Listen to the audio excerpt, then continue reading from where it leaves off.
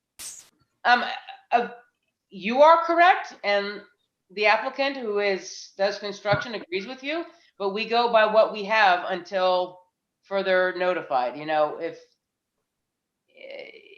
there are no stop signs. Mayor, and I agree, let's move on. Okay, I agree, let's move on.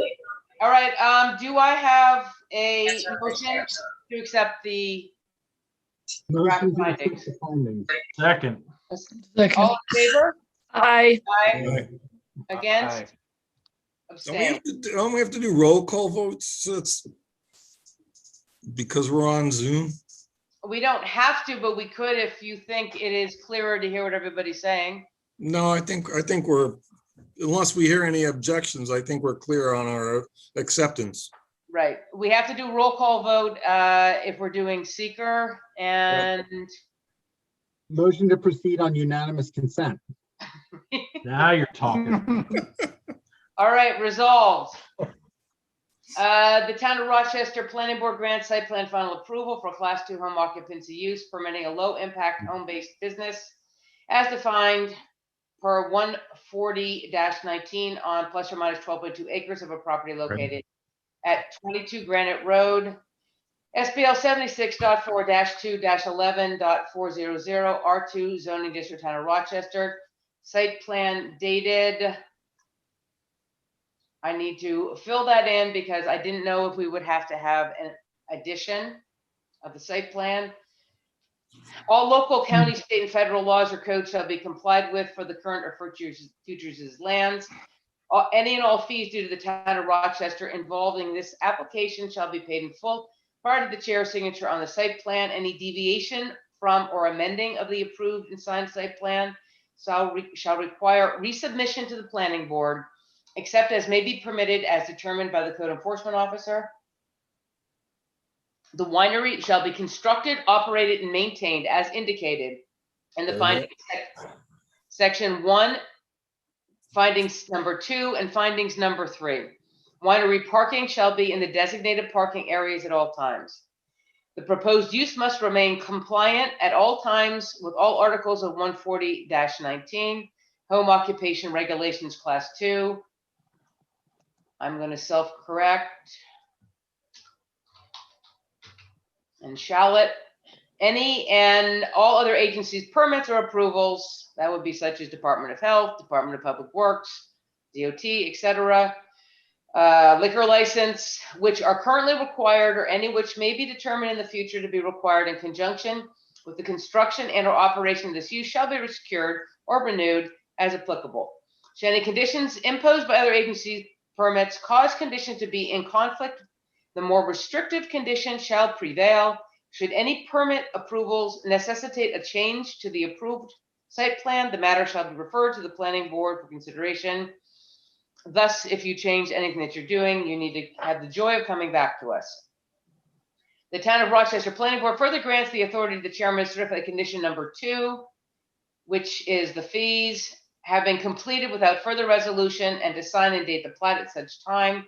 Site plan approval associated conditions shall be binding on the applicant and all successive owners of the land, so long as such uses shall occur, and the approval shall remain effective as an authorization to secure the required permits and establish the use for a maximum of 1 year from this date of approval, unless the applicant shall have submitted written request and the planning board shall have adopted such resolution granting an extension, and provided the applicant has submitted proof of having diligently pursued the implementation of the plans.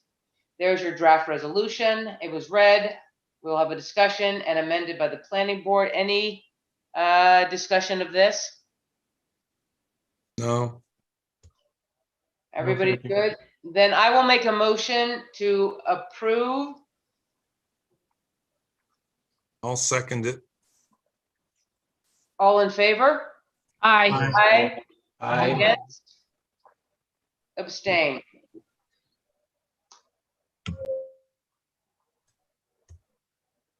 Thus we are adopted April 8th, 2021 by the following vote, all ayes. You have your permit, guys. April 12th morning. April 12th. Thank you very much. Thank you very much. When- Congratulations. When wine is coming. Please tell us when we can buy some wine. Yes, definitely. Might take a few months. Congratulations. Thank you.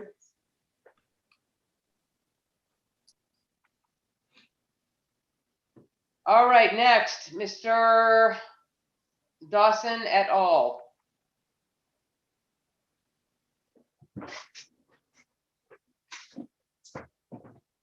This is Planning Board 2021-02. It's John Dawson as applicant and Richard Smith as the owner.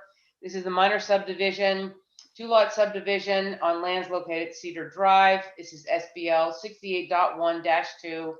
68.1-2-59.111. It's 23 acres. There's an existing mobile home with well and septic. The rest of the lot is vacant, wooded, and open lands. There is a stream, small potential wetlands, and a partial medium quality Ulster County Habitat Core lands, also defined as New York State DEC core forest layers of 60 to 80% quality. Is in the R2 low density residential zone. To refresh everybody, here is the map. I know you could look on your own computers, not just on mine. Here is, as you can see, it is a flag lot that comes in off of Cedar. You have 3 driveways off of this flag lot. Shared driveway, flag lot, 3 single-family homes. That's the max that you're able to do. You can see up in the top, proposed lot 1 is where the mobile home, septic, and well are. Proposed lot 2 is down on the bottom. They did add the spring wetlands. They did add the darker lines that Zorian wanted, delineating proposed lot 2. And they did put in the habitat core, which is the largely the back of it. This will probably be hard for you all to see, but this is a Google view of it. The line along the top, and my cursor is on, that is Sampsonville. The big sort of open areas you see here, those are open on the land. And if you go up into the quadrant approaching New Hampshire, if this was the United States, that is the single wide that is existing. So there's a lot of heavily forested lands, but some of it was cleared previously, I believe, for logging and or mulching. The Ulster, the DEC mapper shows the same thing. The white boxes are where it's been cleared. The rest is high quality or medium quality woodlands. And you see in the very front corner, as the applicant did put on the land, there's big wetlands on the neighboring parcel, but a little bit flows over with a stream that runs most of the time. We asked for additional information. This is the letter that Brianna sent for additional information. We asked for topography, core habitat lands, and location of electoral boxes. And both of the lots were named number 1. They corrected that. We then further asked for a shared driveway road maintenance agreement and a better delineation for lot 2. They did that. Then we also sent to them the requested map notes that will have to be included. Right to farm, a Rochester waterway, the shared driveway flag lot notes, and general subdivision restrictions. We don't have a map with these, but this can be a condition of approval. And that, I will open it up to board commentary. Sam, do you We have any- also sent in a waiver. Yeah, the applicant gets to speak next if they have. Next, the applicant. I'm sorry, the applicant gets to speak now. Jack, John, do you have anything to add? No, just that I didn't hear you mention the waiver I requested. You don't need a waiver for this one. That's for Graham. Oh, that's right. I'm sorry. Yep. My mistake. My square You can footage ask was for a getting messed waiver. up. You can submit a waiver. You don't need to waive for anything, but if you just want to throw it in there, you're more than welcome. Everybody got a waiver. Okay, Oprah. Any comments from the board? Sam? No questions or comments. Rick? No, I'm fine. Anne Marie, I'm good, thank you. Zorian, No, thank you. Mark, I'm all set. Thank you. and Patrick. No, nothing there. All right, then we will go to public hearing for this, but this is a subdivision, thus we must do seeker beforehand. I would make a motion to type this as an unlisted, uncoordinated seeker act. Do I have a second? You do. Second. As a roll call vote, Brianna? Guys are doing motions before I can write them. Okay. Chair Lindstrom, Aye. Mr. Sarofsky, Yes. Mr. Jones. Yes. Oh, Mr. Williams, Yes. Mr. Pinsky, Yes. Ms. Maloney, Yes. and Mr. Grasso. Yes. All right, thus typed as a type 2, or not type 2, excuse me, as a uncoordinated, unlisted seeker action. We will go to our part 2, impact assessment of the EAF. Will the proposed action create a material conflict with an adopted land use plan or zoning regulation? No. Will it result in a change in use or intensity of the land? Small impact to no. Will it impair the character or quality of the community? No. Will it have an impact on the environmental characteristics that cause the establishment of a CEA? No. Will it result in adverse change to existing level of traffic, affect existing infrastructure for mass transit, biking, or walkway? No. Will it cause an increase in the use of energy and it fails to incorporate reasonably available energy conservation or renewable energy opportunities? No or small. Will it impact public or private water supplies? No or small. Public or private wastewater treatment? No. Will it impact the character or quality of important historical, archaeological, architectural, or aesthetic resources? No. Will it result in adverse changes to natural resources, wetlands, water bodies, groundwater, air quality, flora, fauna? No to small impact. They are well outside of any areas, and there's plenty of open land. It's already been cleared. Will the proposed action result in an increase in potential for erosion, flooding, or drainage problems? No to small. Will it create a hazard to environmental resources or human health? No. Thus, I would determine, based on the information analysis above and the supporting documentation, that will not result in any significant adverse environmental impacts, and thus a negative declaration. So would I have a motion to neg deck this, please? I'll make the motion to neg deck it. I make a motion. Second? Second. The second. Roll Second. call, please. Chair Lindstrom, Yes. Mr. Sarofsky, Yeah. Mr. Williams, Yes. Mr. Jones, Yes. Mr. Pinsky, Yes. Ms. Maloney, Yes. Mr. Grasso. Yes. All right, then I will open this for public hearing. Everybody heard the protocol for public hearing previously. Is there anybody in the audience, in the public, that would like to speak on this application? Yes. Paul, please, go ahead. Yes.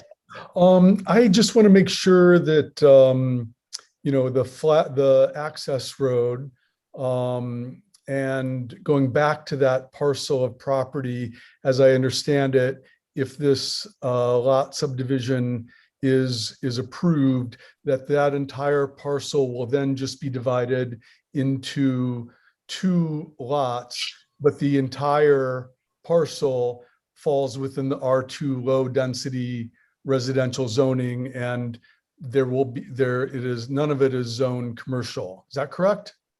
Yes, you are correct. Okay. Everything you said is 100% correct. Okay. Thank you. Yep. Anybody else who would like to speak? Oh, one more thing, actually. When I was emailing with Brianna earlier today, she sent me the link for the February 8th minutes. And it seems that there's no intention from Mr. Smith or Mr. Dawson to further subdivide this property. And indeed, it was pointed out that because of the flag lot, that it cannot be subdivided further. Is that correct? Yep. Okay. Boy, I wish everybody's questions and comments were that easy all the time. Absolutely. Okay. Yep and Thank yep you. on both of them. Thank you. Okay, you're welcome. Anybody else who would care to speak about this application? Hello. Yep. Hi. We live on 634 Excuse Sampsonville. me, ma'am, could you identify Yes. yourself for the record, please? Yes, Deborah and John Dukas. Perfect. Thank you very much. And we're on 634 Sampsonville, and we're doing this by phone, so we're not seeing your maps. So I understand that this is on Cedar Drive, but I guess this is going to affect our backyard. That is correct. It does butt up to the back of their property. It does butt up to the back of your property, but there is an existing structure there. There's an existing single wide with well and septic. And Okay. And then the rest of it is to be one big lot, which will be plus about 20 acres. Okay. And like you said, once this is subdivided into 2 lots, it can't be subdivided again? That is the case because it is a flag lot and it has access. There are 3 houses that have access on the flag, and you cannot subdivide further. Okay. Under All right, our code. Okay. We just wanted to know how that's going to affect, the back of us. And there is a road that goes there already, right? Yes, we're not supposed to do back and forth here, but since this is relatively simple, and you can't see the application, we'll give a Zoom hall pass. Yes, there's a driveway there already. Okay. There's All no right, new thank driveway you. being created. It's already existing. All right. Thank you. You're welcome. Thank you for joining us. Anybody else?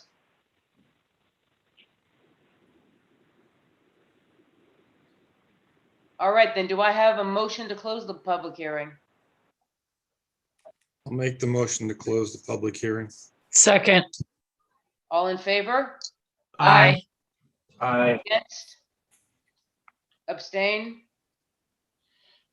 All right, and lo and behold,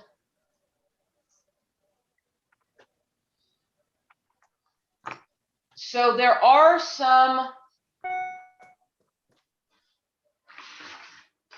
I have a draft decision, but Mr. Dawson, you do have some outstanding items before this can be signed, sealed, and delivered.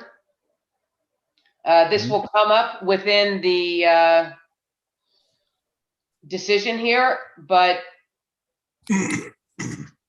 I wanted to mention to the board that the existing drive is under 500 feet, but it's about 450 feet. We didn't send this to the fire department because it is under the point where you would have to have a turnoff.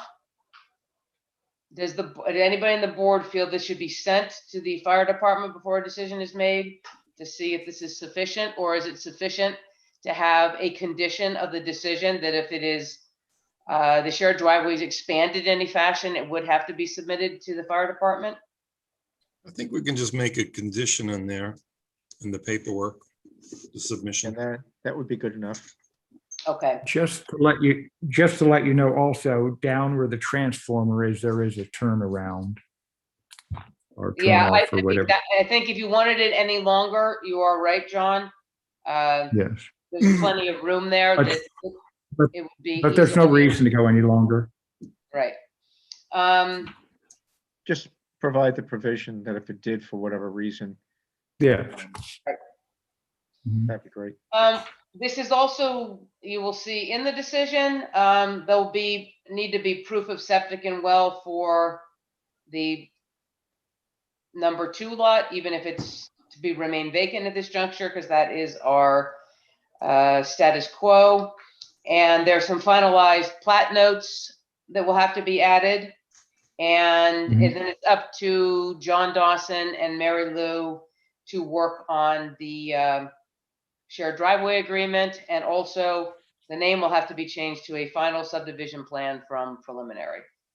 But I think I covered all of those later on. So this is, I sent Mary Lou a draft of the road maintenance. I don't know if she got it or not. yeah, I will step away from road maintenance agreements. I have enough. Jack, I don't remember Okay. getting one. Let me just look in my You mail. did here. get one, but I don't know where it is in the folder. I got one in February, and then we were going I'll- to discuss changes, but I don't think we ever did. I I talked to Heather changed, about her subdivision. I changed it. I'll send it to you again. Okay, thank you. So I'll let you guys hash that out because it is. All right. Okay. Thank you, Jack. Yeah, I didn't see it in my okay. emails. Yeah, I just saw one, the earlier version. Right, the February, like Right. 19th or something. Okay, So- thank you. This is decision 2021-02, a conditional final approval, minor subdivision for applicant John Dawson, owner Rich Smith.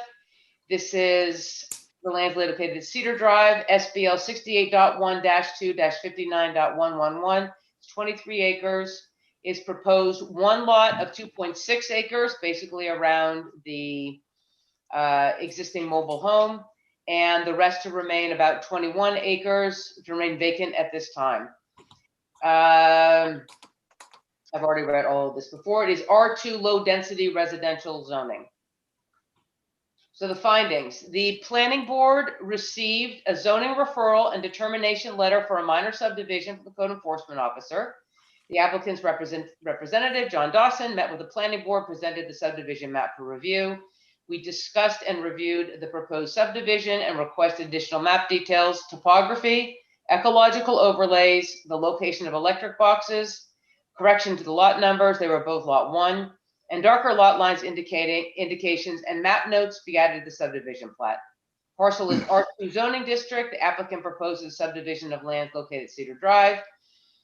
I'm going to skip this. I read it already. The existing plat is filed with the Ulster County Clerk. The current use of the parcel is a mobile home with well and septic and vacant lands comprised of cleared lands, woodlands, a spring, a possible vernal pool, and wetlands. There is electric to both lots.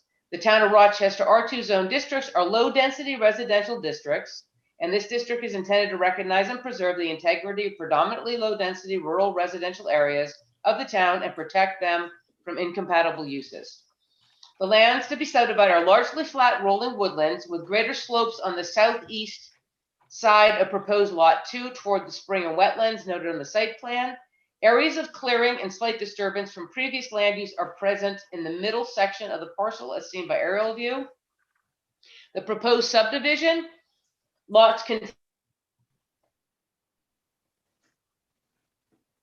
Maren, She froze. Sam?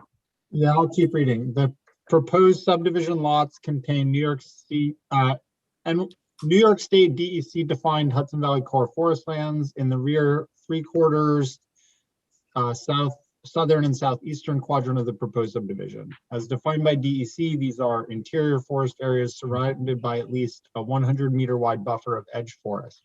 Avoiding further fragmentation of core forest will help conserve the integrity and value of ecologically significant forest patches. The proposed lot 2 is largely covered by lands of moderate 60 to 80% forest conditions on the New York State DEC Forest Conditions Index.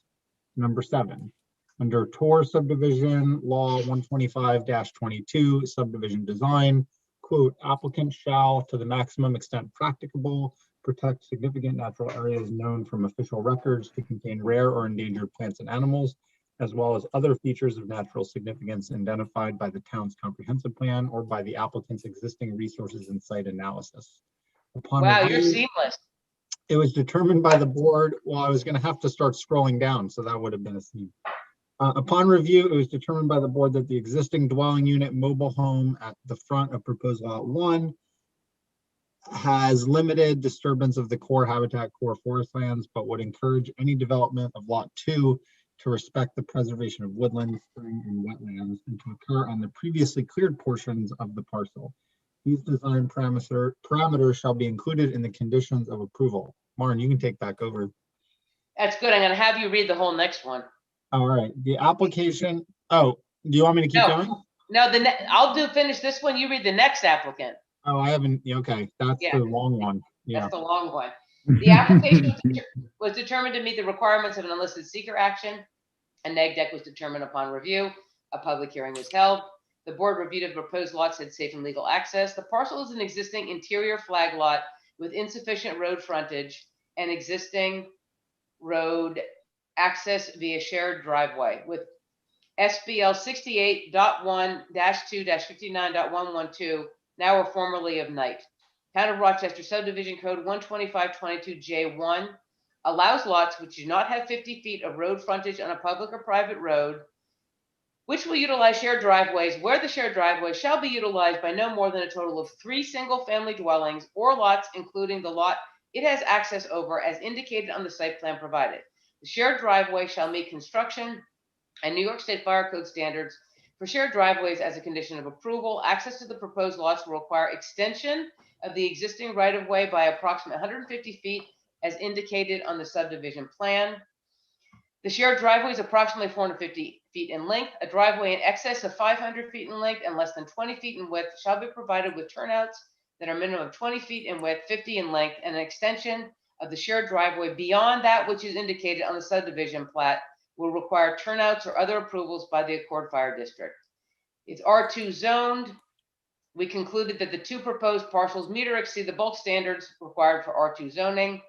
We reviewed if the proposed lots could support water and septic. There's existing well and septic for lot 1. Certification is needed indicating lot 2 is capable of supporting on-site water and septic in the form of preliminary or final approval by UC Department of Health or a signed letter by the New York State licensed engineer. This will be a condition of approval. Those are your draft findings as prepared by the chairman, read and discussed with the planning board in public meeting at the time of adoption. Any comments, anything anybody can see that I missed? None here. All right, then I will make a motion to adopt the findings. Do I have a second? I'll second. All in favor?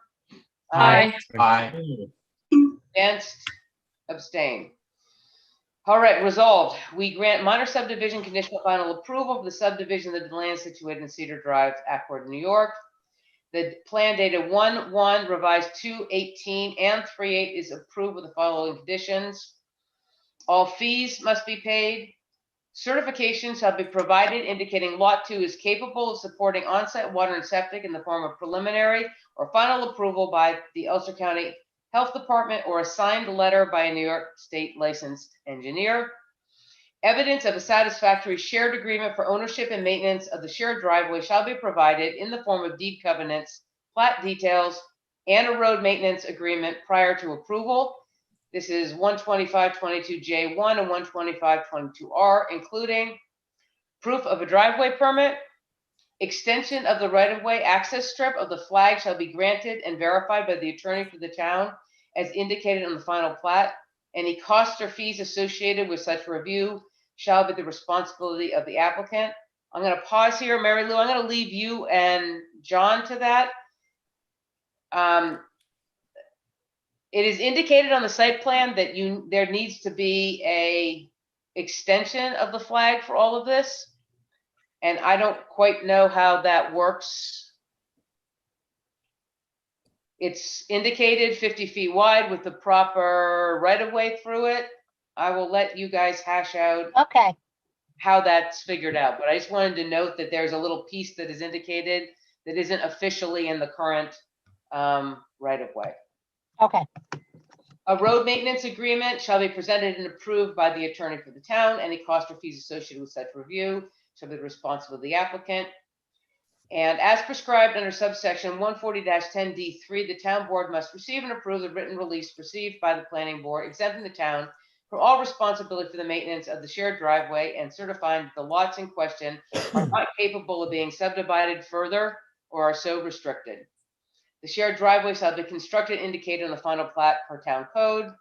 Minimum right-of-way of 50 feet, minimum pavement, which can also be item number 4, etc. All-weather surface. Drainage plan satisfactory to the highway superintendent, width of 16 feet, minimum shoulder of 2 feet. That exists already, except for this piece that might need to be extended. It'll have to be compliant. It will have to be constructed and maintained in compliance with New York State Fire Code and be of sufficient width, grade, and location to accommodate access by emergency vehicles and services to the lands which are the subject of the subdivision application. This is where I addressed, Rick, what you mentioned. If expanded beyond 450 feet indicated on the final plat, the driveway plan shall be referred to the Tor Fire District. 20 by 50 turnouts every 500 feet as per New York State Fire Code shall be provided, shall be installed, and it shall comply with all provisions of 277 of New York State Town Law and be maintained in good and passable condition under all weather conditions to provide access to emergency vehicles. The applicant shall present a final plat for signature. The plat name shall be changed from preliminary plat to minor subdivision. That should be final plat.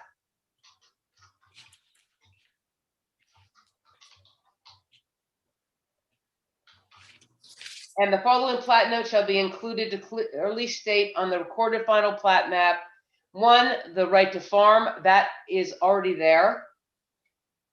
2, shared driveway. The plat is not capable of being subdivided further or is so restricted. The planning board approves the use of a shared driveway as shown on this plat to service no more than 2 single-family dwellings via access from a shared driveway through the establishment of a right-of-way. The shared driveway shall be utilized by no more than a total of 3 single-family dwellings or lots, including the lot as access over.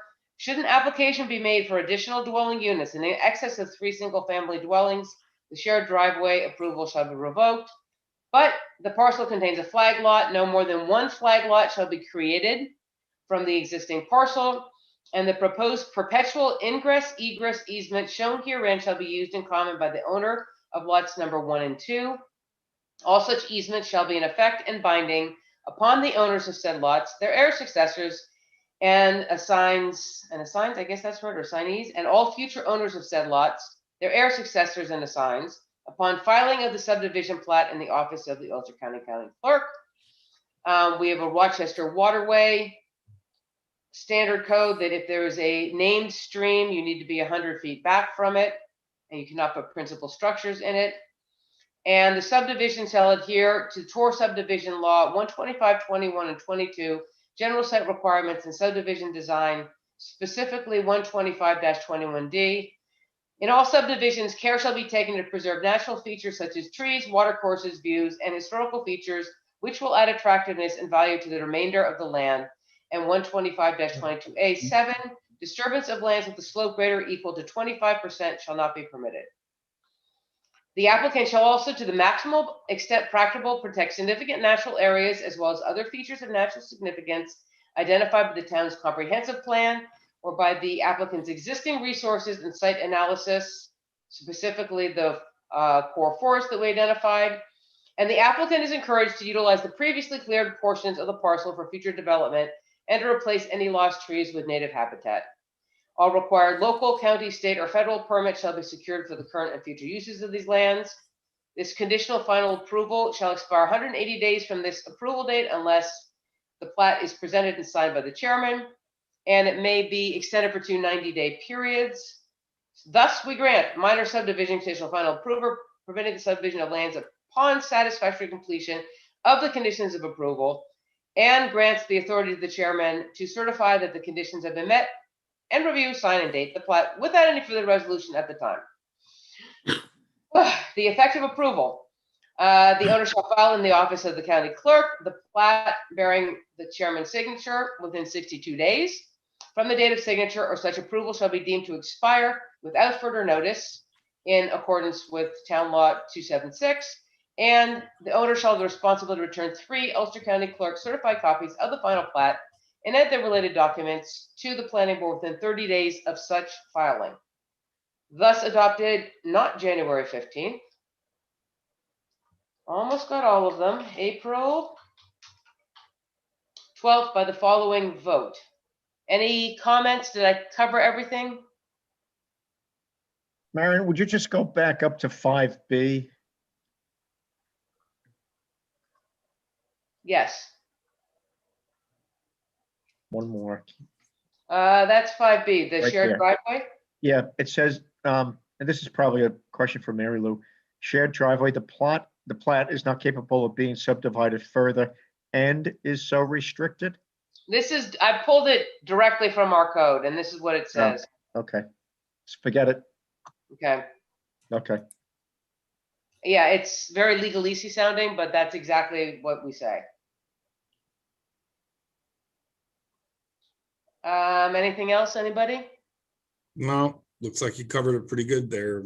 Yeah, wait till you see the next one. Whew. All right, do I have a motion to accept the conditional final approval? so moved. Do I have a second? All in Second. favor? Aye. Aye. Against? Abstain.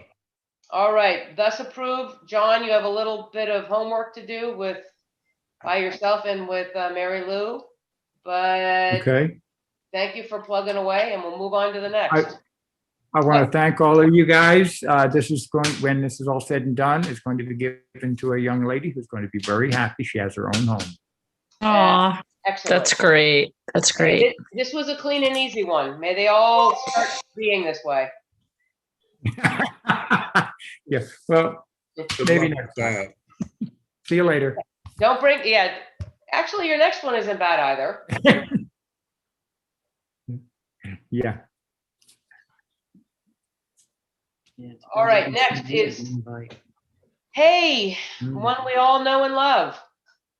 Planning Board 20-2004, Henry Rich, owner and applicant, special use permit with the conversion of an existing pottery studio into a grocery, convenience store, and office space that's actually not convenience anymore, but it's covered elsewhere. It is retail. The existing pottery studio had a use variance in 96, and it was amended in 97 to add a greenhouse and to change the parking around. The lot is non-conforming at 0.5 acres in the hamlet, and it is located at 1923 Main Street, SBL 77.9-1-37.100. It is in the floodplain development overlay district and contains de minimis prime farmland. I will try to quickly. Here is our spirited lot. As you can see, I mean, I guess I could pull my little pens up, but the site is over down where Nevada would be located. You have Main Street. Access to the municipal parking will have to be up toward the top of the screen through the municipal parking driveway, because Schoolhouse Road is a private road unless they reach some agreement with the private road owners. Here is the narrative that we can go back to, the final narrative. If we need to, I have posted the notes from the Gateway meeting. So if we need to go back to the Gateway notes, here is the front and what is that? The southern side, I believe, with the solar panels on it and the roadway facing facade. This is the rear and the facade that faces the parking.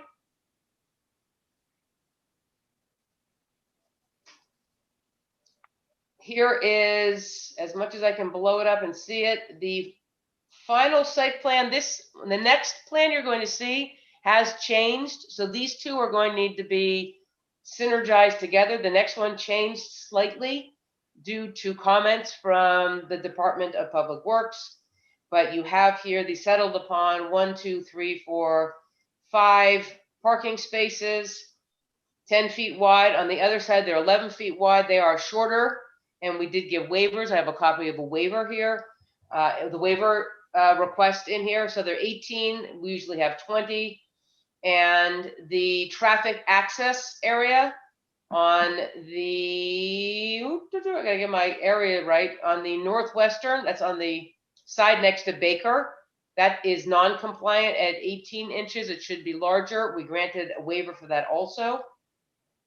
They added the dumpster on as we requested, and they added fencing details in the back as requested. You see the lighting and you see the seating area.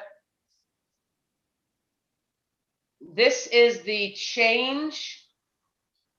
I can't go any bigger, but you'll see that there's a proposed walkway between the retail and the grocery, and that the ADA compliant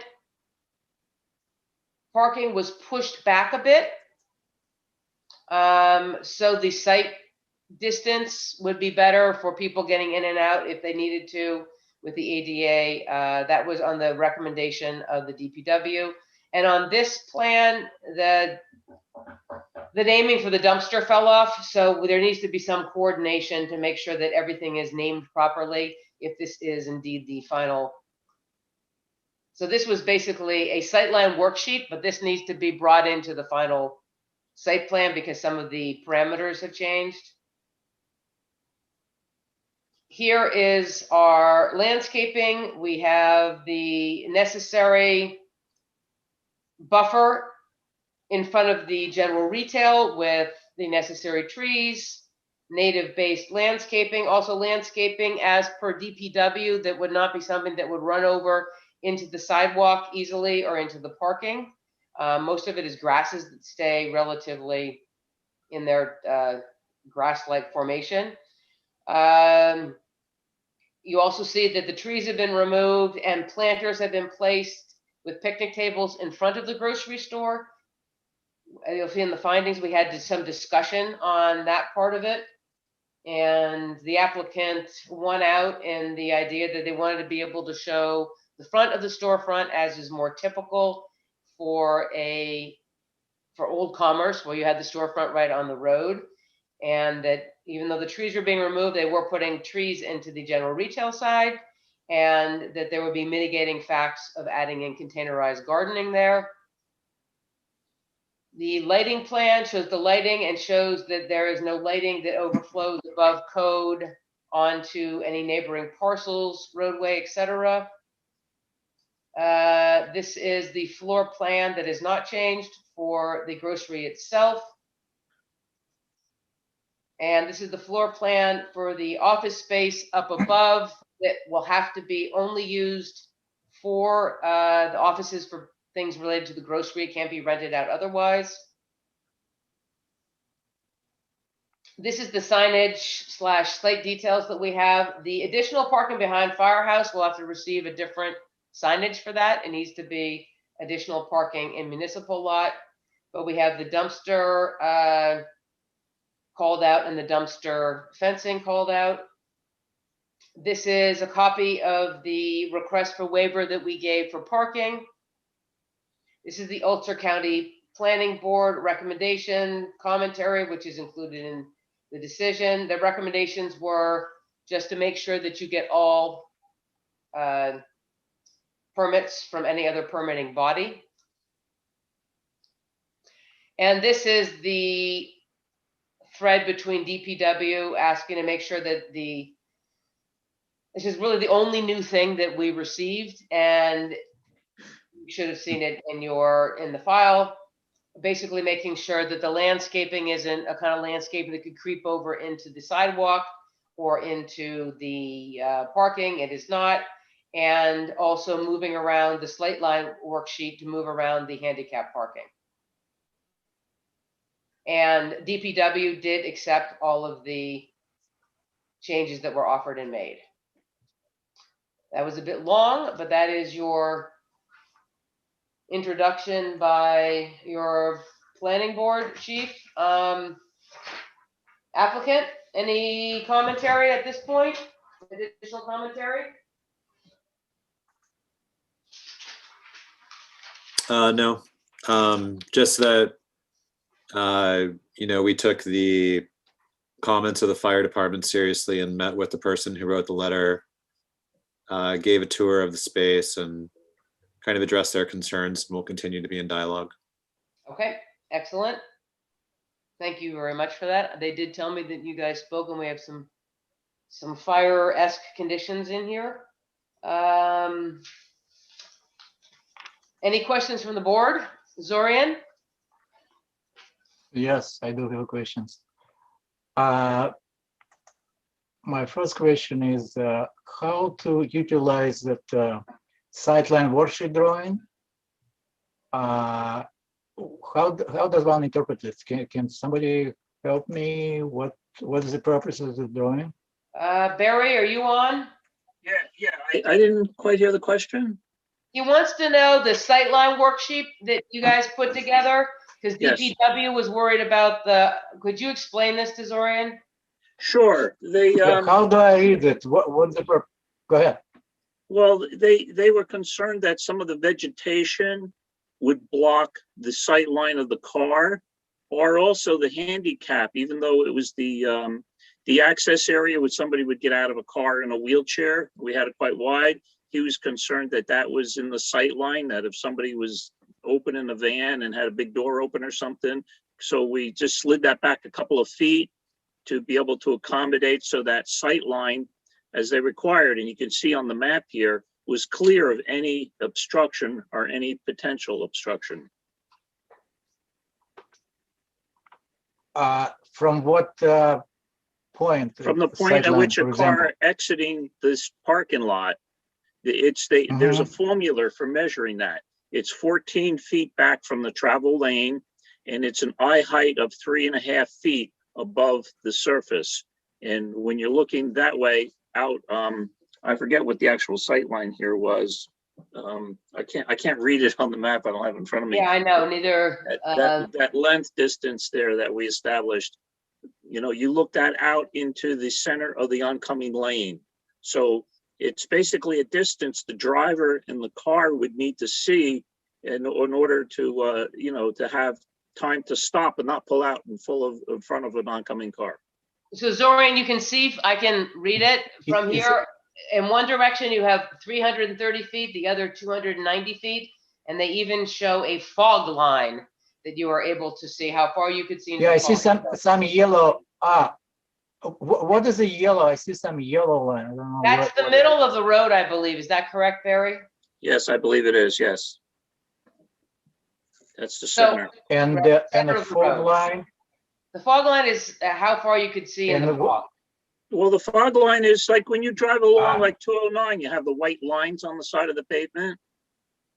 They consider that a fog line. Okay. They call it a fog line so that you can see the road in the fog. Okay. So basically, what this image trying to prove? That if I'm pulling out, I can see in both directions? Yes, That's Zorian, correct. it is, and the Department of Public Works, who legislates this road, accepted this as sufficient. This shows you to make sure Okay, that. I am not questioning it. I'm just trying to understand the purpose of the documents and That's the how purpose to of the interpret it. document. I don't question it. Okay. That's the purpose of the document. And another question is handicap parking. That's first parking with some symbol there. Is that wheelchair there or something like that? There is a symbol there. It's hard to see unless you pull this up separately on your computer, but they have the speedy wheelchair guy on it.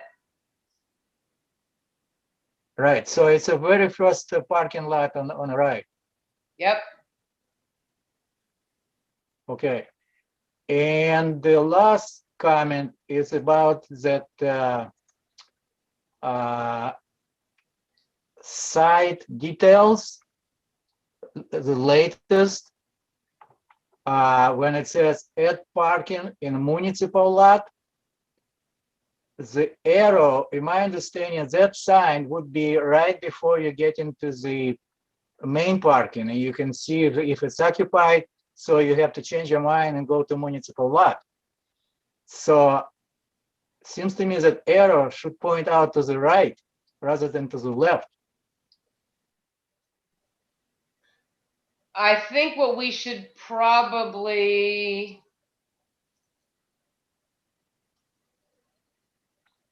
I mean, we don't have a sign that says additional parking by the firehouse. That sign, if it's on the No, we side. do. We do. I'm sorry, Zoran, I did not see that. In all of the documents. The latest submittals, they send, there is a additional parking in a municipal lot as a replacement to fire department.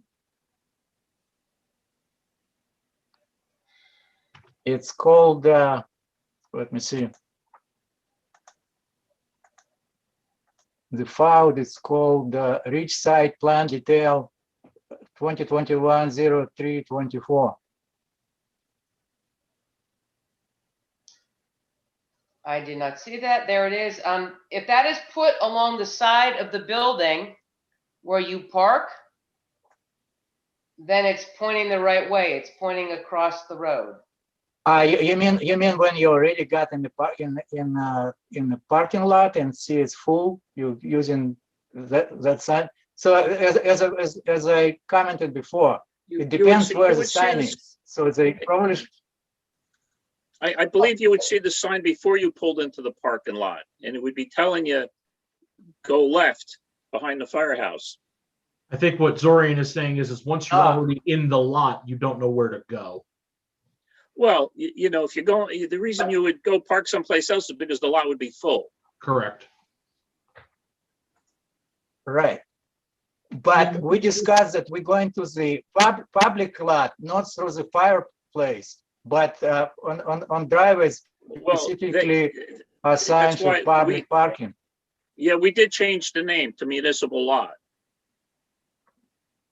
The fire department requests that we do that because they didn't want cars parking right. I see behind their firehouse. They wanted them to park in the municipal lot, which is a little further back. Dorian's bringing up a good point. I Right, think, but because the arrows should be pointing in the right direction. I have two responses to that, Zorian. One is I'm sure when they install the signs, they'll make sure the arrows are correct. And I think it would be a little excessive if we had like multiple arrow directions in the sign detail. The second point is the confusion about how to access the municipal lot. I happen to know that the highway superintendent has been working to improve the signage on Main Street and with fire department, I also believe, in order to make it clearer from the town's point of view in terms of how to access that parking.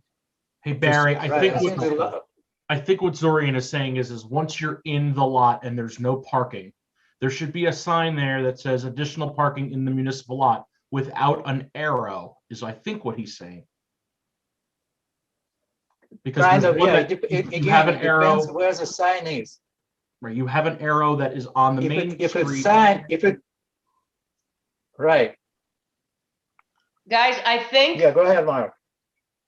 That you have an arrow that is on the main street pointing to where the municipal lot is, but once you're in the lot, once you're in the parking lot, there's no sign that tells you where to go. I think it's overkill, but I think that's what he's trying to say. So they can't put signs on Main Street because Main Street is, correct me if I'm wrong, Mary Lou, Main Street is controlled by the Department of Public Works. They can only put interior wayfaring signs. So this signage that we're all talking about here is either on the side of the building, which is the grocery store, or on the side of the building, which is the general retail. There can be no signs put up with arrows on a stick out on the street because that is Department of Public Works. So this sign that you're looking at here is somewhere on a building. And I would tend to think, Zorian, that they're smart enough to put a sign up with an arrow that doesn't push back toward the stream or to the back of it. So these signs that you're looking at here have to be in the interior. Okay, I give you from the same drawings, there is a sign, no parking on Main Street. So once you're already in the parking lot, that sign is irrelevant if it's on the side of the building. That's all we can do. You guys discussed it before. May I speak up a little bit here? Go ahead. Yeah, go ahead, Barry. So the way the sign is positioned now, it's on the side of the grocery building. So if you're coming down Main Street and you go to turn into the parking lot, and it's, you see that it's full, you'll see this sign, and then you could go to the lot. Now, let's say you turn into the parking lot and realize there's no room, you're gonna have to turn around somehow. And as you're exiting, you will see that sign again. You'll see it to the right on the building. So it's, I think it serves its purpose. Yeah, I understand. Okay, now I understand. So in the building, you're inside on a parking lot, it's showing municipal lot, you're going outside. Now I have another sign, no parking on Main Street. Oh my goodness. If it's in the parking lot, it's kind of late. Zorian, it's all we can do, okay? We So- cannot belabor this anymore. Yeah, Zorian, sorry, can I Zorian, just say you gotta something, let it Mary? go. Yeah, Zorian, you have to understand, there hasn't been a grocery store in Accord since I've been up here, except for the one on 209. It's gonna take a little bit of getting used to.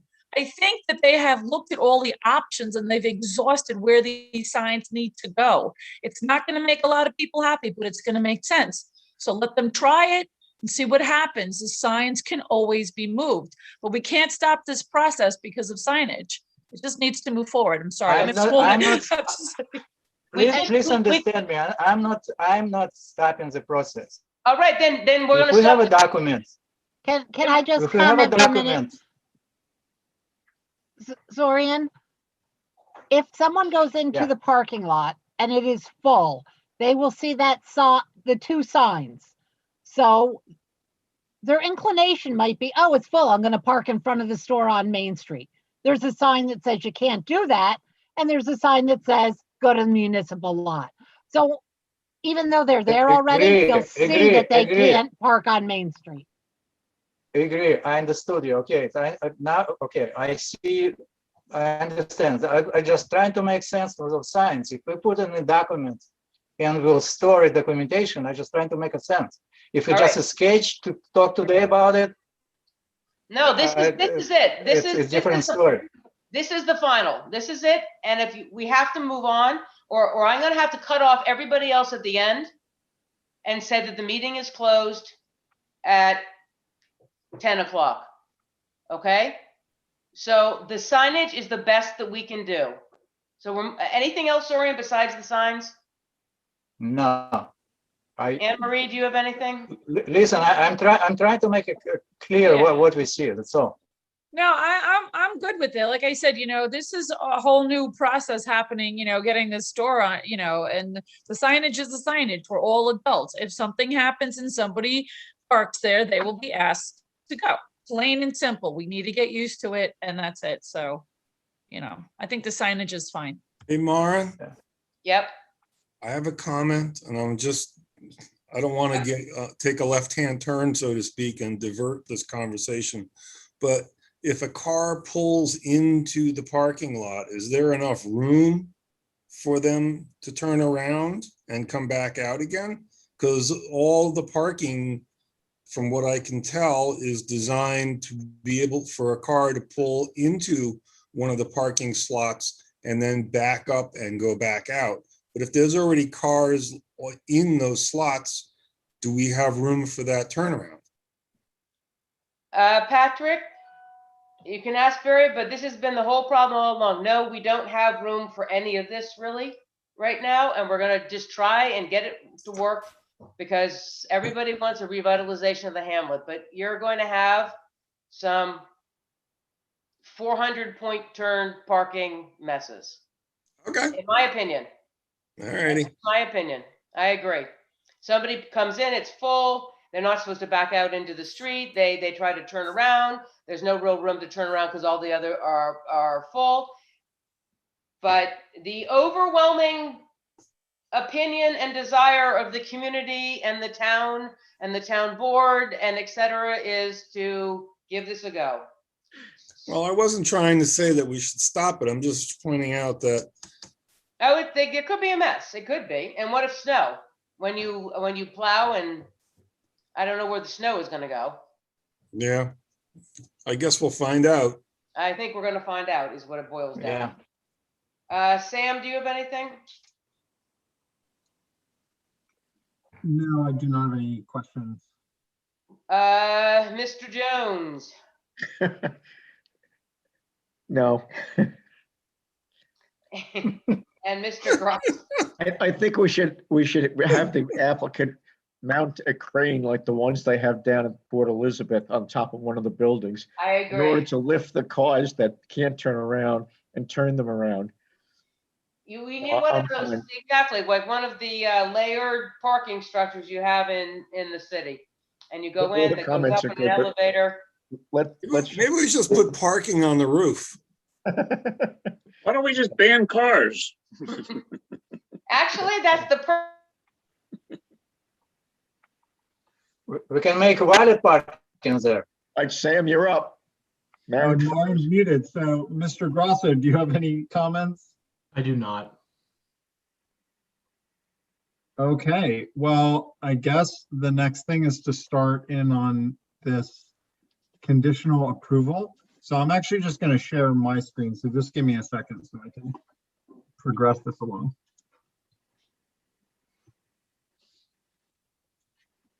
She muted on purpose, so you have to do it. I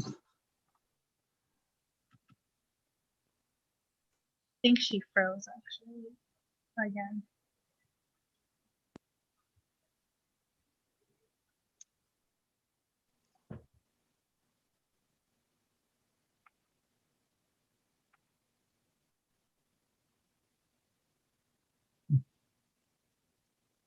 Marin's back and muted. This is getting a little old. All right, sorry, I didn't hear you. Did you have anything, Mark? No, I'm good. Thank you. I'm sharing the screen now, so you should drop that one off and then I'll scroll along. All right, I don't think it's gonna, Hopefully that'll help. I think it's gonna help anything you gotta write. So start talking and writing. Okay, well, if we have to write. So you want me to read too?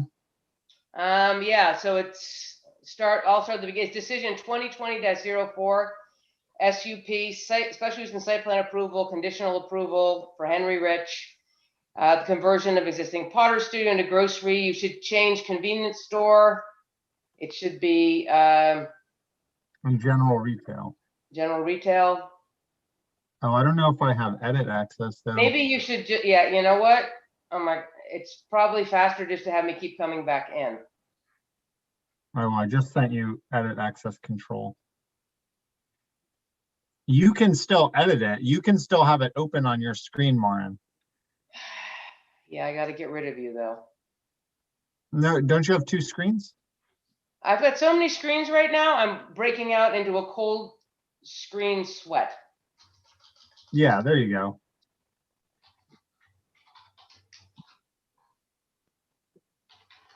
Gonna get radiation burns. Exactly. I mean, and look at my face. I'm sort of glowing right now.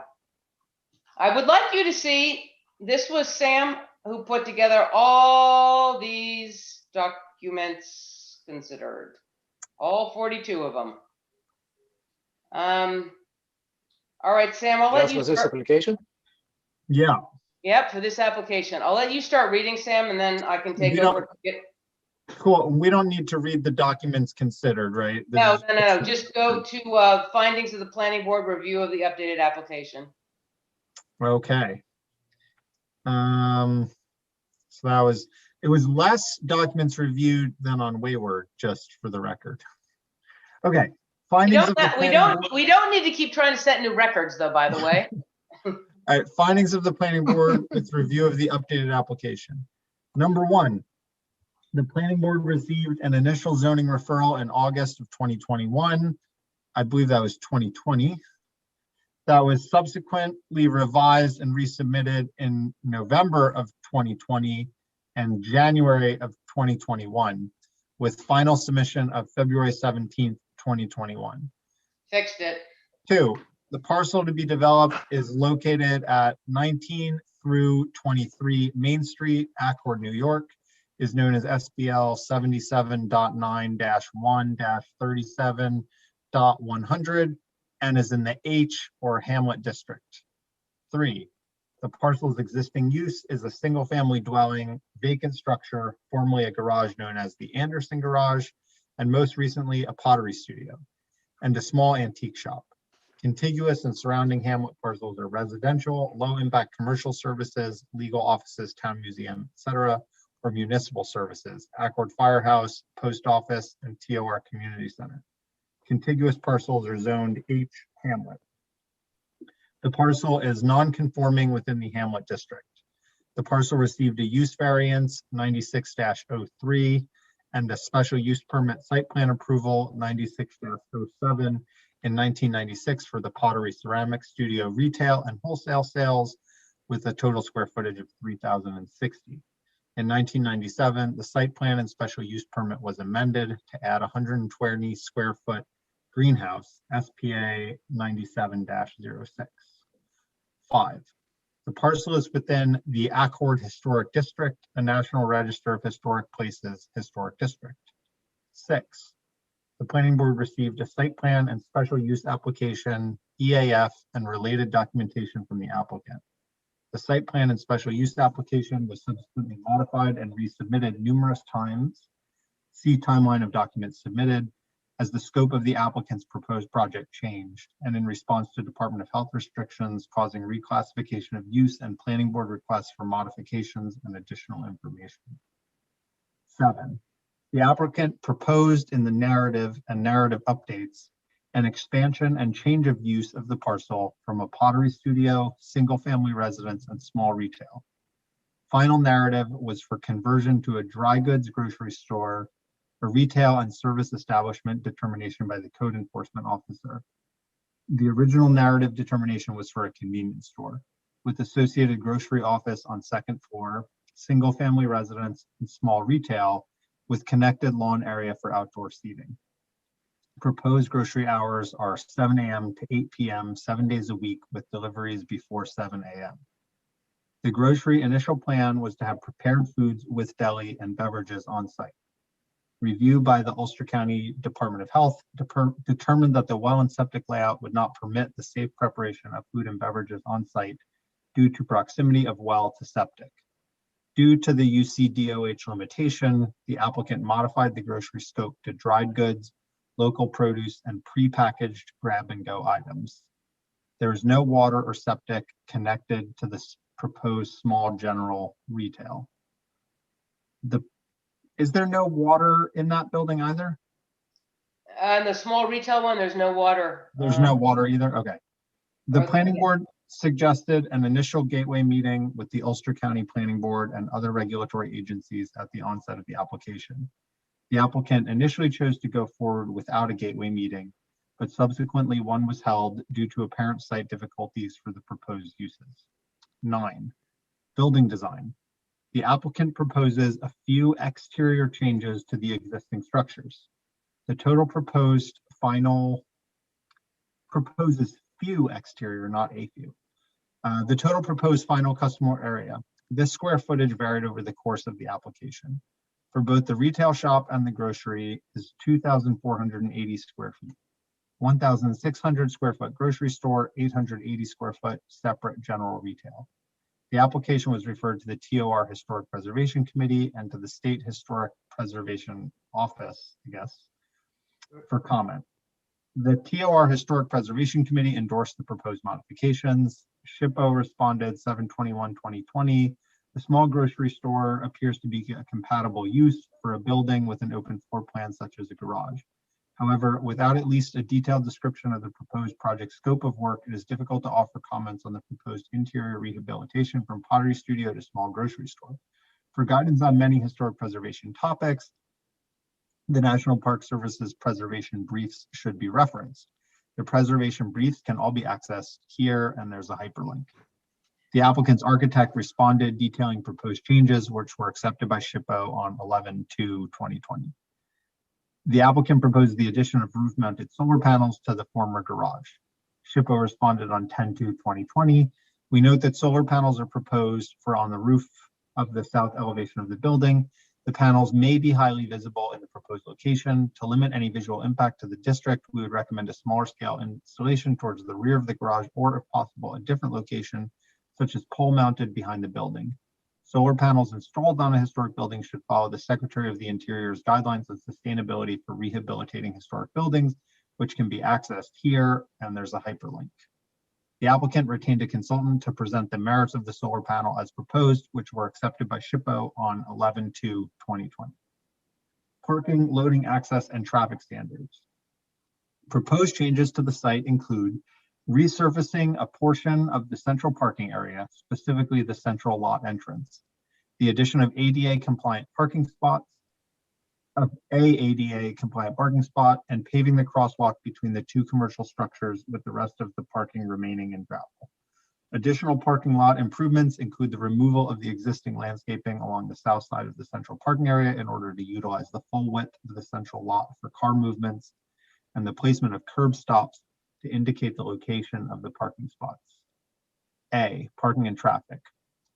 There was much discussion regarding parking and traffic flow for the proposed use, as the proposed parking does not meet the standards of TOR Municipal Code 140-17.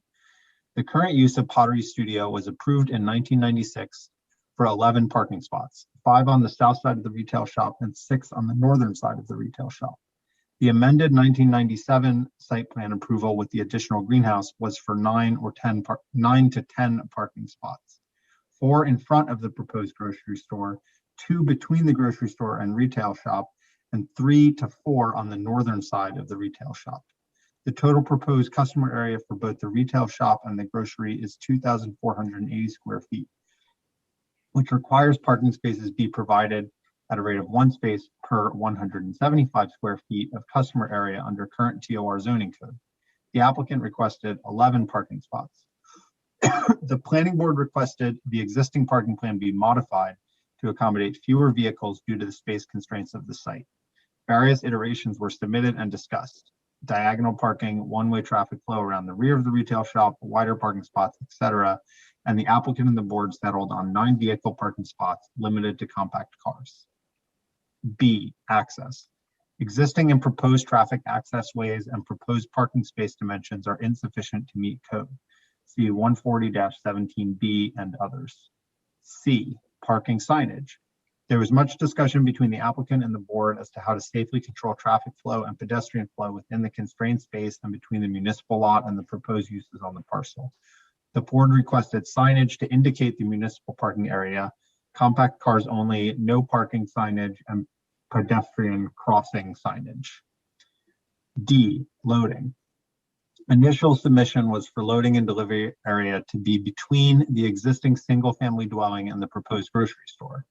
At the gateway meeting, the Ulster County Department of Public Works did not approve of this loading area as there was no hammerhead turn around at the end of and service vehicles would have to back into the road, which is not allowable under Ulster County DPW regulations and TOR 140-17 B, E, and F. The applicant subsequently changed the loading area to be within the proposed client parking area with deliveries to occur before business hours. The possibility of delivery trucks parking in the municipal parking and deliveries being brought over was discussed by the planning board and rejected by the applicant. Further discussion of the prohibition of the parking of delivery trucks on Main Street and or in the parking area of the fire department, both not allowed. This shall be a condition of approval. E, the planning board may modify parking standards in conjunction with site plan review to fit the needs of particular enterprises. Upon receipt of a written waiver request from the applicant's representative, the planning board, and in light of the space constraints of the historic hamlet, the availability of the municipal parking lot for overflow and employee parking, and the goal of the TOR comprehensive plan to encourage development and revitalization of the hamlets in the town, the planning board granted waivers for the size and number of parking spaces, the size of traffic aisles, and commercial loading regulations. Maren, I think upon receipt of a written waiver request from the applicant's representative, can you say the planning board? I think that the planning board should be removed there. 11, lighting. Right. Because it refers to nothing. I think it was just a typo because the sentence continues below. Okay, 11, lighting. A lighting plan and lighting care sheets were provided by the applicant. Structurally mounted, fully shielded lighting is proposed for the parking and the grocery entrance. Proposed lighting is dark sky compliant and will have to comply with all TOR zoning code lighting regulations. The planning board requested that lighting be on solely during hours of operation with the exception of motion controlled security lighting. This shall be a condition of approval. A photometric study field lighting analysis was provided by the applicant's engineer for the site plan showing that property line foot candle illumination is less than 1.0 except for entrances and thus meets TOR 140-20H lighting requirements. 12, signs. The main site sign is proposed to be a professionally made wood sign located above the main grocery entrance, 6 feet 5 inches in height and 6 feet in length. Interior wayfaring, parking direction, and parking restriction signage shall be provided as indicated on the final site plan.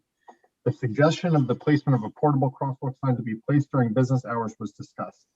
Signage examples were provided by the applicant upon request of the planning board.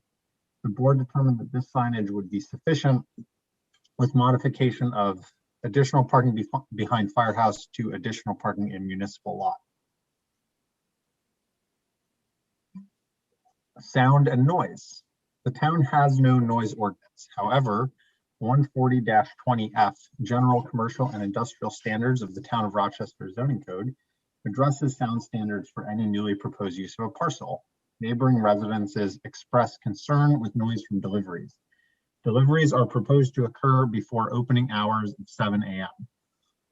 Delivery schedules before 7 a.m. may prove impracticable as deliveries in a rural area such as the Town of Rochester are largely determined by the vendor or distributor, not the merchant. The board further determined that the sound from the regular operations of the proposed grocery and retail shop would be compliant with TOR 140-20. Landscaping. Initial site plan submission showed no landscaping. Final submission of 2/17/2021 included a landscaping plan. Proposed landscaping emphasizes the use of native plantings and a narrative of materials to be used and location was provided with the site plan. The board requested the use and location of dumpsters and dumpster screening and that this be added to the final plan. Initial applicant proposed all trash to be kept inside until pickup by a contracted trash hauler. The board felt that this was unrealistic to handle packaging material and for sanitary purposes. C, the applicant proposes the addition of fencing at the rear of the property to shield neighboring residences from the commercial use. Fencing was added to the site plan and all installed fencing shall comply with 140-15.5 and 140-13J accessories, structures, fences, and walls. D, the applicant proposes removal of the existing trees in front of the proposed grocery store for better visibility of the establishment and entrance. Board members suggested retaining the trees as they are mature, and 140-15.8 states, quote, the preservation of mature shade trees should be required unless there is no alternative but to remove them. And 140-15.6 requires, quote, a landscape strip at least 15 feet in width that includes at least one deciduous tree for every 35 linear feet of perimeter lot line for any non-residential use. Such deciduous trees shall also be accompanied by smaller shrubs and ground cover as may be required to effectively separate and buffer the activity from the highway, but still allow for visibility of the use. The width of this buffer may be reduced along the rear and side lot lines for good cause, but not along the front lot line. E, the planning board preferred that the applicant retain some of the existing trees, but conceded that the constrained nature of the lot with the structure for the proposed grocery being close to the highway as typical for historic structures and the applicant's use of containerized plantings in front of the proposed grocery store mitigate this requirement. The applicant further proposes the addition of the required trees and shrubbery in front of the proposed general retail shop. F, existing open spaces, lawn in the rear of the parcel are largely to be conserved with the addition of outdoor seating. New landscaping is proposed for the highway facing facades of the existing structures. G, the board determined that the landscaping plan complied as best possible given the special constraints of the historic Hamlet district with Town Municipal Code 140-15. 15, water, wastewater, and well. Existing well and septic were reviewed by Ulster County Department of Health, deemed to be a public water supply, and the well was found to be too close to the septic for UCDOH approval of any on-site food preparation, inclusive of beverage such as tea and coffee. The applicant's civil engineer stated that existing systems further appear near end of service. If the applicant chooses to drill a new well or septic, UCDOH permitting for the system shall be conditions of approval. The applicant changed scope of the grocery store to eliminate all foods prepared on site, including deli preparation and beverage preparation. This shall be a condition of approval. The UCDOH also cited potential conflicts over well ownership. 16. The board determined the SUP SPA to be seeker type 2 action and no further action was needed. 17. Ulster County Department of Public Works was contacted and responded on 3/18/2021 with clarifications needed regarding landscaping, avoiding overgrowth onto sidewalks, loading, lack of turnaround in initial plan, and ADA parking proximity to the road and sidewalk being too close. The applicant's engineer responded with something, with changes that were satisfactory to UCDPW. 18, that's amazing that that is happening. 18, the parcel is located in the Accord Fire District. The planning board contacted the Accord Fire Department regarding the expanded use and received comments from the fire department with the following concerns. A, there is very limited accessibility of the building and its ability to have a potentially high life hazard, parentheses, customers event. B, patrons unable to utilize the parking lot will have to park in other locations. Is the path that these patrons will be utilizing safe for them to walk to and from and avoid properties that are private or restricted? C, will patrons try to utilize the fire department parking lot for alternate parking? This would create a dangerous situation, hinder response times that are vital to the operation of the fire department to protect life and property, and hinder access for fire department personnel and equipment when responding and returning from incidents. D, parking lot access is very limited for placement of fire department apparatus in the event of an emergency such as a vehicle fire. 19, public hearing was held on February 8th and March 8th of 2021. All public concerns, observations, and support were duly taken into consideration by the planning board in drafting its decision. 20, the application was required to be referred to the Ulster County Planning Board, which referred the comments addressed in the following section. Draft findings were prepared by the chairman, were read, discussed, and amended in public meeting by the planning board. Therefore, the planning board adopts these statements. So, discussion. Maren, are you there? Maren, you're on mute. Please find something that I left out.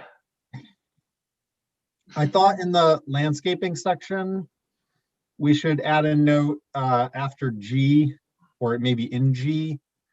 The board determined that the landscaping plan complied as best as possible. And you said, given the special constraints of the historic Hamlet district, I would say, and the existing non-conformity of the parcel. Yep.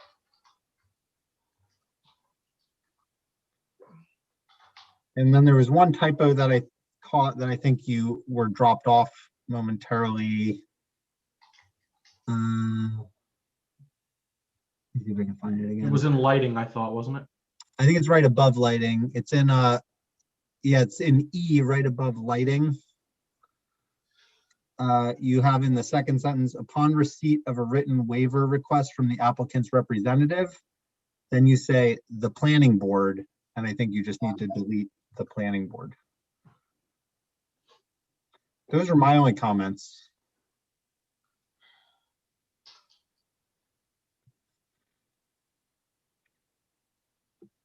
Yep, no, that's better. Anybody else see anything? I did some real-time correcting as you were speaking. Thank you very much for that, Sam. Yep. All right, if there's nothing else, then can I have a motion to adopt the findings? So moved. A second? Second. All in favor? Aye. Aye. Aye. Against? Abstain? All right. I can keep reading if it's helpful, Lauren. You can read, yeah, why don't you read the Ulster County Planning Board? All right, Ulster County Planning Board, New York State General Municipal Law 239 referral. So the Town of Rochester Planning Board submitted the application for review to the Ulster County Planning Board. The Ulster County Planning Board reviewed the proposal on 3/3/21 and returned written comment stating, recommendation, final permits, required modifications, comment. If any finalized permits from the County Department of Health or Wastewater or Ulster County Department of Public Works for access remain outstanding, final approvals from the appropriate agencies will be necessary. It's a required modification. And the response is securing all necessary Ulster County Department of Health and Ulster County Department of Public Works approvals shall be a condition of approval. So I move that we accept the required modifications. And I will do a second. I believe this is a roll call vote. Because we need a supermajority. Chair Lindstrom, Yes. Mr. Sarofsky, Yes. Mr. Williams, Yes. Mr. Jones, Yes. Mr. Pinsky, Yes. Ms. Maloney, Yes. Mr. Grasso. Yes. All And right. just for clarification, you only need a supermajority if you're overruling the county. Thank you. But we do need to do a roll call to make sure that we see how many. Doing a pulse check. Gotta see who's awake. Yeah. Let's see if we still have a board. Sam, you want to finish this one off? You're doing smashingly. Sure.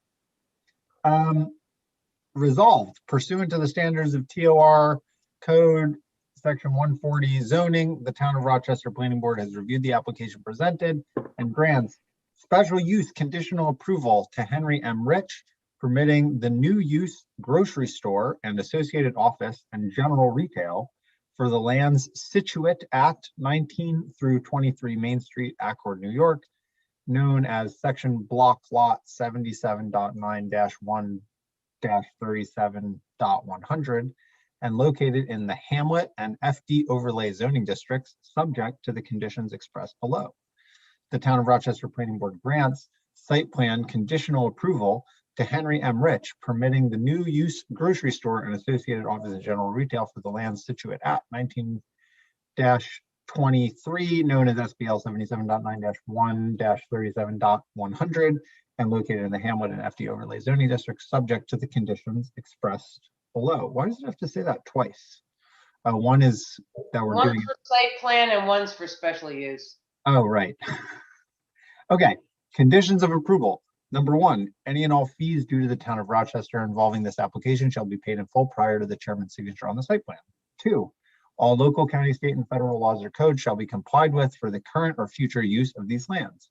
Three, any deviation from or amending of the approved and signed site plan shall require resubmission to the planning board, except as may be permitted as determined by the code enforcement officer. Four, any and all other agencies, permits, or approvals which are currently required or any which may be determined in the future to be required in conjunction with the construction and or operation of this use shall be secured or renewed as applicable. Should any conditions imposed by other agency permits cause conditions to be in conflict, the more restrictive conditions shall prevail. The applicant facility owner shall specifically secure Ulster County Health Department permits for wastewater and food service as needed. 5, should any permit approvals necessitate a change to the approved site plan, the matter shall be referred to the planning board for consideration. 6, the use shall comply at all times with all provisions of TOR Code 140-20, General Commercial and Industrial Standards, or its successor. The code enforcement officer shall ensure these standards are met prior to issuing certificates of occupancy for such uses and may require the applicant to provide documentation of compliance. The use shall further comply at all times with 140-18 overlay districts or its successor. Building design. A, shall be shown on the final site plan. shall be as shown. Offices on the second floor of the grocery store shall be used solely for the grocery business and shall not be permitted for other uses without reapplication to the planning board. B, the building is in the National Register of Historical Places District. The TOR Historic Preservation Committee and or the National Register of Historic Places or the New York Landmarks Preservation Commission shall be consulted for guidance regarding any exterior alterations. Specifically, SHPO preservation briefs shall be referenced for the building modifications at this hyperlink, and for solar panel installation, maintenance, and decommissioning, the Secretary of the Interior's guidelines on sustainability for rehabilitating historical buildings at this hyperlink. C, shall be compliant with New York State Buildings and Fire Prevention Code at all times. 8, parking. Access and traffic shall be in compliance with Municipal Code 140-17 at all times, except where a specific waiver has been granted. Parking shall only be allowed in the spaces designated on the approved and signed site plan. Parking shall not be allowed within the public road right-of-way, within the single family dwelling access driveway, or designated site plan traffic aisles at any time. B, parking shall not interfere with the movement of emergency vehicles, including but not limited to fire, police, and emergency medical transport. C, parking in any and all designated fire department parking areas across the street shall be strictly prohibited and enforced. D, loading and delivery parking shall not be allowed on Main Street, nor in any and all designated fire department parking areas. Loading and delivery shall be via the customer parking lot. E, overflow and employee parking shall be in the municipal parking lot with separate access from the municipal parking drive. Access to municipal parking lot shall not be indicated through Schoolhouse Drive, a private road, unless right-of-way is secured and approved by the attorney for the town. F, accessible parking space shall be as detailed on the site plans. G, all access areas, driveways shall be maintained to New York State Fire Code regulation and standards. 9, grocery hours shall be limited to between 7 a.m. and 8 p.m. 7 days a week as detailed in the use narrative. Delivery hours shall be before 7 a.m. as practicable. 10, landscaping. A, shall be completed as shown on the final site plan and in compliance with Town Municipal Code 140-15E, landscaping guidelines, and 140-13J for fences and walls at all times and before certificate of occupancy shall be granted. B, landscaping, trees, and plants shall be planted and maintained in a healthy growing condition according to accepted horticultural practices. Any landscaping, trees, and vegetations which are in a condition that does not fulfill the intent of these guidelines shall be replaced by the property owner during the next planting season for the particular plant material. C, any screening fence, wall, or curbing required by landscaping standards shall be maintained by the property owner in good condition throughout the period of the use of the parcel. D, all landscaping shall be maintained so as not to impede sightlines for traffic or pedestrian access via sidewalk or interior to the parcel per UC DPW specifications. We're gonna leave that big gap. I think it's because when you go from Word to Got it. Okay. Google Docs, it messes it up, and I don't want to change it and make I was it like, all- is that it? and then she got really tired and just stopped. Yeah. Or okay. 11, lighting. A, shall be installed per the specifications indicated on the site plan and narrative and shall be compliant with 140-20H at all times. B, all exterior lighting shall be turned off outside of hours of operations with the exception of building mounted motion controlled security lighting. 12, sound. Sound shall be in compliance with Town of Rochester Zoning Code 140-20F. 13, no preparation of food or beverages shall be allowed on the site, inclusive of beverages, tea, cafe, coffee, smoothies, etc., as determined by the UCDOH. 14, all refuse shall be deposited and maintained in appropriate containers and removed from the facility in a timely manner by professional waste disposal service. 15, all wastewater, gray water, and cooking grease shall be contained in folding containers and removed from the facility. There shall be no dumping allowed on the parcel. 16, signage. Signage shall comply with 140-20F signs. The main entrance exterior signage shall be as shown on the final site plan. B, wayfaring and restricted area signage shall be provided as detailed on the signage plan. For example, but not exclusive to, additional parking in municipal parking, compact cars only, no parking on Main Street. Additional parking behind firehouse signage shall be changed to additional parking in municipal lot. I think we already addressed that. Yeah, I can take it out. C, directional signage to municipal parking shall be displayed within the grocery and or provided to patrons through the grocery website and social media platforms. D, pedestrian crossing and traffic management signage indicating pedestrian caution and pedestrian crossing shall be placed on site with UC DPW consultation. E, should changes be sought at a future time, the code standards at the time of application shall be applicable. 17. Hey, Sam. Yeah. I'm sorry to interrupt. You're doing such a fine job of going through this, but I have a question about 15. Yeah.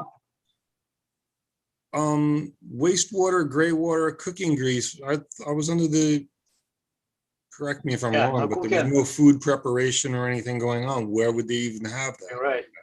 Yeah, that was standard in there. I had it, I have, just as a, you're right. I mean, I guess we can leave I it left it just, in there you know, just because. just They're not because- supposed to be making any of that in the first They're place. not supposed to have any of it anyway, because they're just supposed to have all dry goods. You're totally right, Patrick. We could take it out. I left it in just in case, I don't know, if they are, Maybe just take out cooking grease. Because wastewater and gray water you can have just from a bathroom, but cooking grease should be. they should have none whatsoever. Thank you. Yeah, I left it in. Since you start, Sam, should be signs be in capital, additional parking in municipal and compact cars only? I have no idea if our town has a style manual on capitalization. Exactly, if you want. I was curious about style standards when I was doing the documents reviewed, so I think it would be a Because great. no parking on Main Street. Style standards are, we'll make them all capital. I want it in Times New Roman. Roman. Yeah, I actually think it would be, if our town board liaison is listening, I actually think it would be a great project for the town board to come up with a style manual for these. Style manual for exactly. Yeah. What font should we use? And exactly, are we do we use the Oxford comma or not? Should we be using A, B, C, D? Yes, or you 1, 2, always 3, use the 4, Oxford comma. Or just bullet points? I don't know. Okay. 17, final site plan. Oh, wait, I think we had E. Should changes be sought at a future time, the code standards at the time of application shall be applicable. And 17, final site plan shall be amended to include FD overlay plan notes. The Town of Rochester Planning Board further grants the authority to the chairman to certify conditions have been completed without further resolution and to sign and date the plat at such time. Effective approval of the special use and site plan approval and associated conditions shall be binding upon the applicant and all successive owners of the land so long as such uses or uses shall occur. 2, this approval shall remain effective as an authorization to secure the required permits and establish the uses for a maximum of 1 year from this date of approval, unless the applicant shall have submitted written requests and the planning board shall have adopted such resolution, granting an extension and provided the applicant has submitted proof of having diligently pursued the implementation plans. The draft resolution was prepared by the chairman and was read, discussed, and amended by the planning board in a public meeting. Discussion. Oh, come my electricity again. I had one discussion that we can take this out and the signage, our signage bugaboo. I added the C, in directional signage to municipal parking shall be displayed within the grocery and or provided to patrons of the grocery website and social media platforms. Because we discussed at one point about having a handout map or something like that. So if people don't know where the municipal parking is, that was my placeholder for everybody, that they should have a piece of paper they can give to somebody, or it should be displayed on their website and Instagram and Facebook and TikTok and yada, yada, yada. Why would not make a great TikTok video, how to drive your car How to from- drive your car. You can no, put to the correct parking spot. Yeah. parking spot. You can put a pig snout on and you can drive in your car, do a 17-point turn, and then we can also take this out. Mary Lou, I need maybe some weigh in on you here. I thought maybe the pedestrian crossing and traffic management signs, we can't put anything on the road saying cross here, and DPW doesn't want to put a crosswalk except when you have a street because it encourages people to cross incorrectly. I thought maybe they could, if they talk to DPW, put those little orange men up with the flag on the property to Maybe warn people. if we change the shall to a may, Yeah.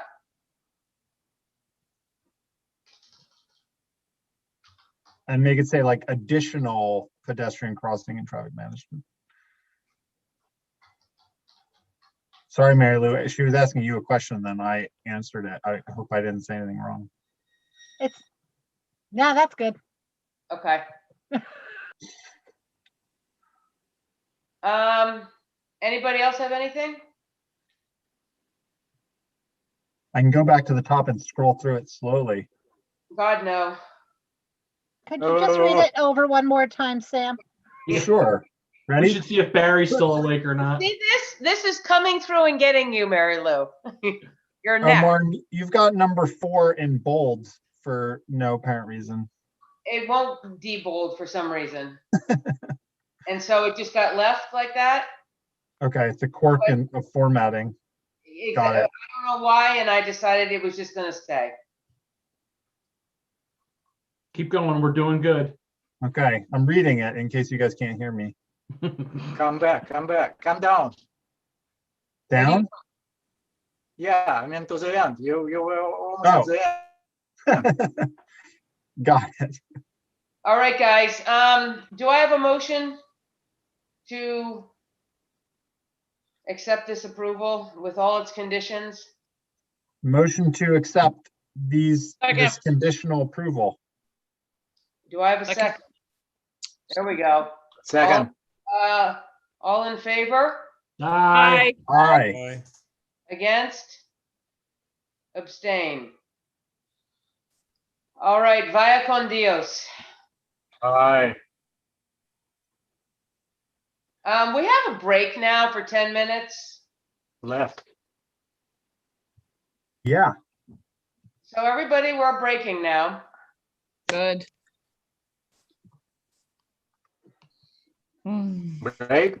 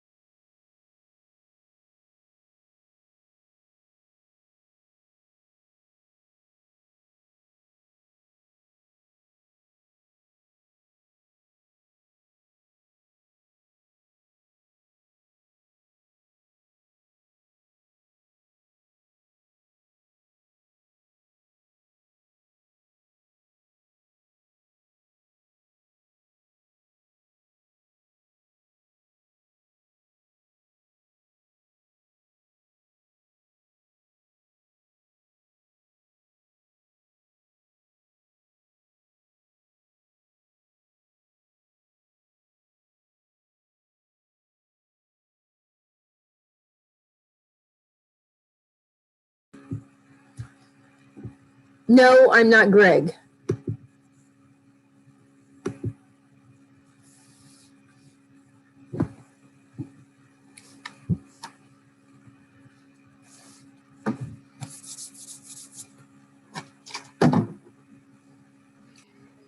We are back live.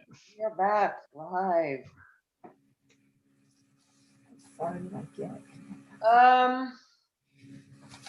Sam back in action? I don't see. No. Do not hear him.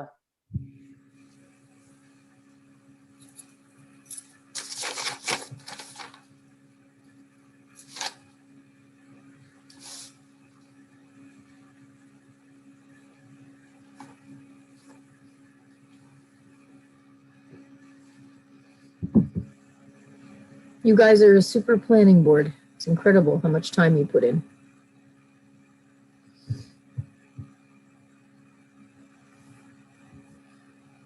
I think there's something bad in the water is what it is, Liz.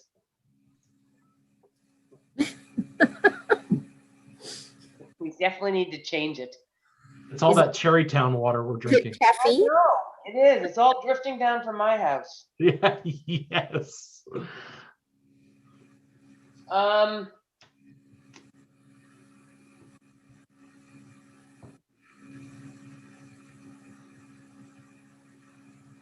And tonight, Greg was kind enough to give me his computer. He was able to sign on to this meeting. When Well, along the lines of the John Dawson, nice dog. Oh, that is a cute dog. He's attending. Oh, Is that the new guy?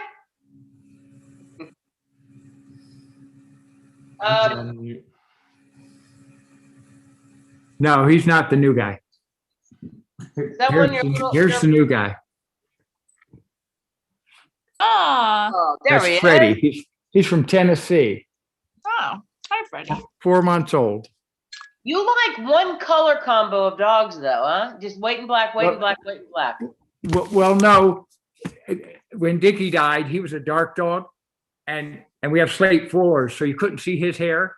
So now our floors are fur, white fur, and our clothes. You Our keep it clothes are one just- color, yeah. You keep it one color white like that, and then it's just like it's actually a rug at that point. Right. Yeah. It's our house and all of our clothes look so nasty all the time now. It's consistent. Roomba, his name is Tom, has a job constant. Yeah, exactly. Just constant job. Constantly going around. Yeah. All right, where's the rest of my? Do I have quorum back here? Yes. Yes, you do. Maureen. Mary Lou, you've got some great backgrounds. I like the winter one better. All right, guys, we are back in action. Sam, I think I need some. I need some share screen. What's going on here?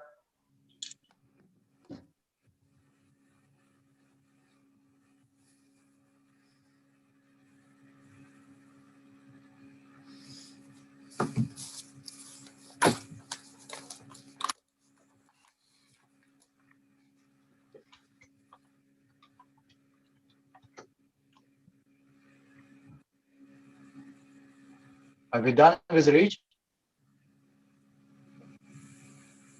Yes. I've got it up now. Yes.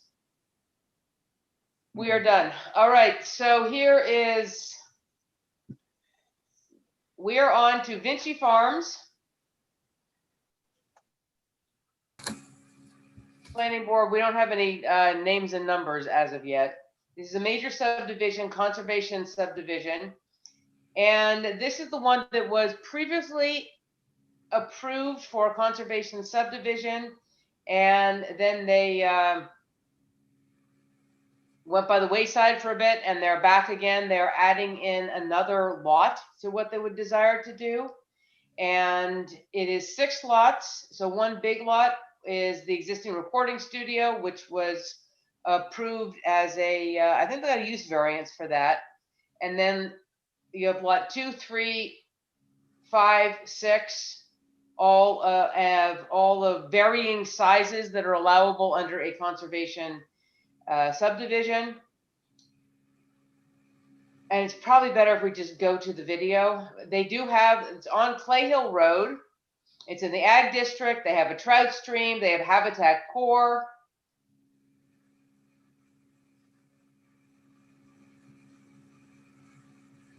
When you said go to the video, did you mean this? Yes, this.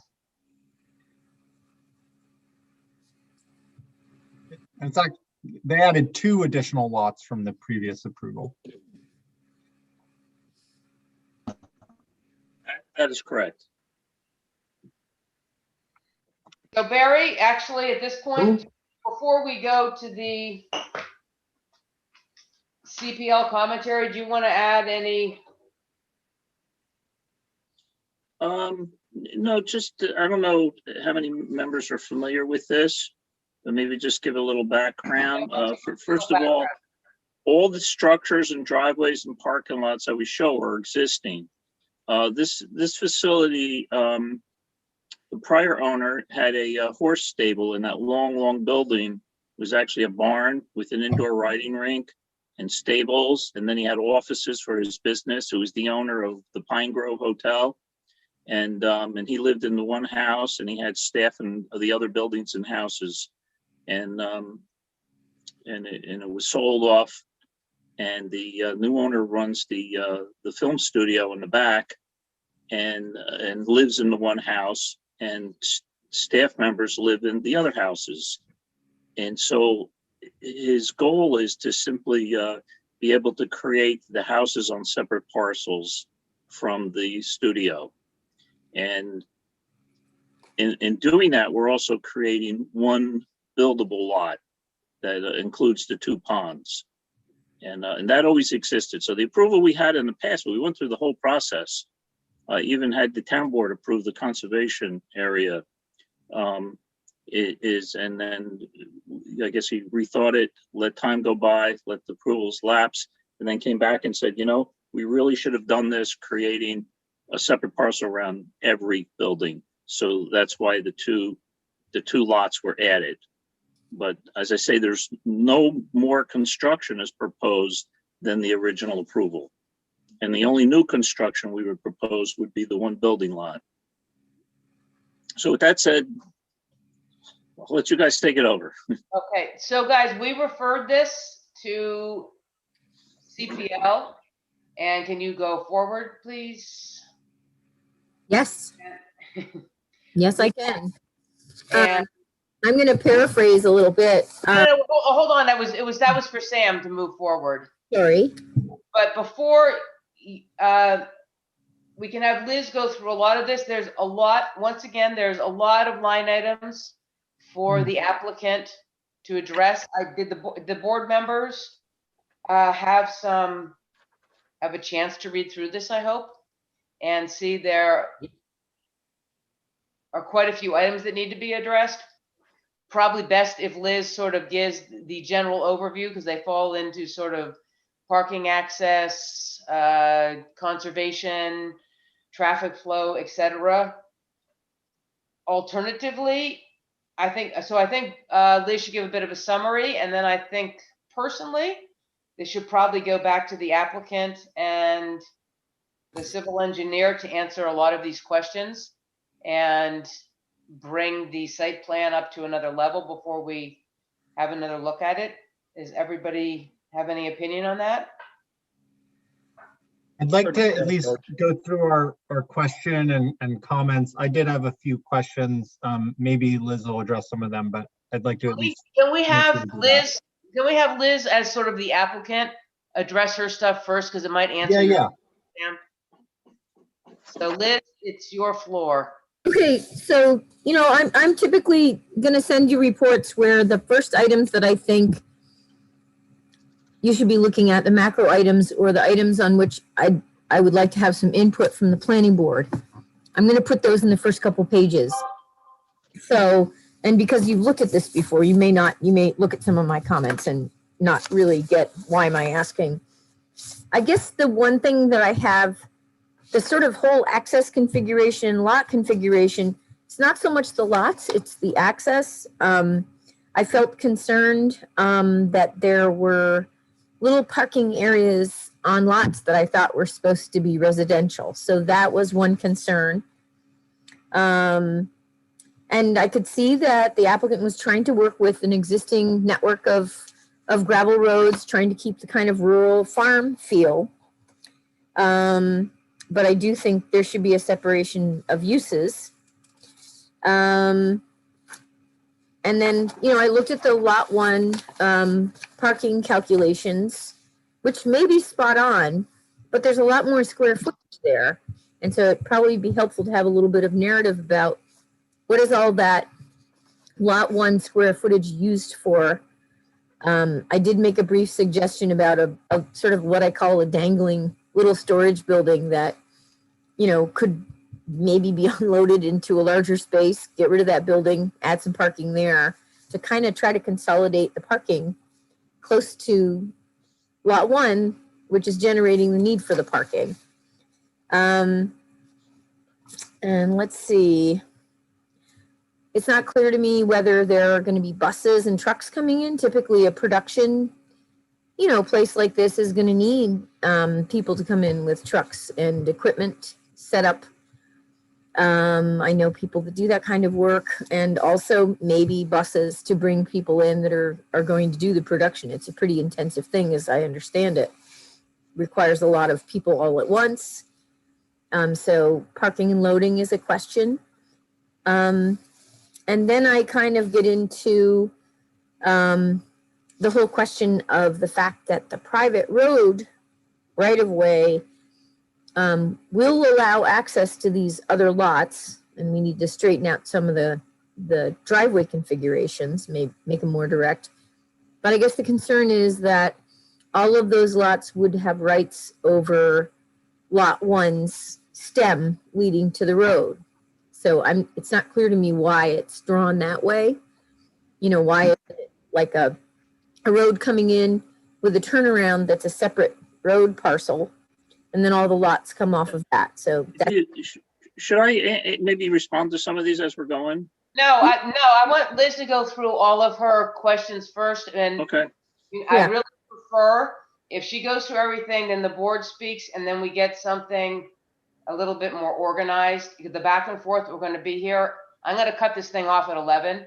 So if we want to get past anything, let Liz go through what you have. And really, the last macro point is just, the configuration of a turnaround area where all those driveways take off. So those are my big macro points. I don't want to get into the completeness thing because that's just work that needs to be done.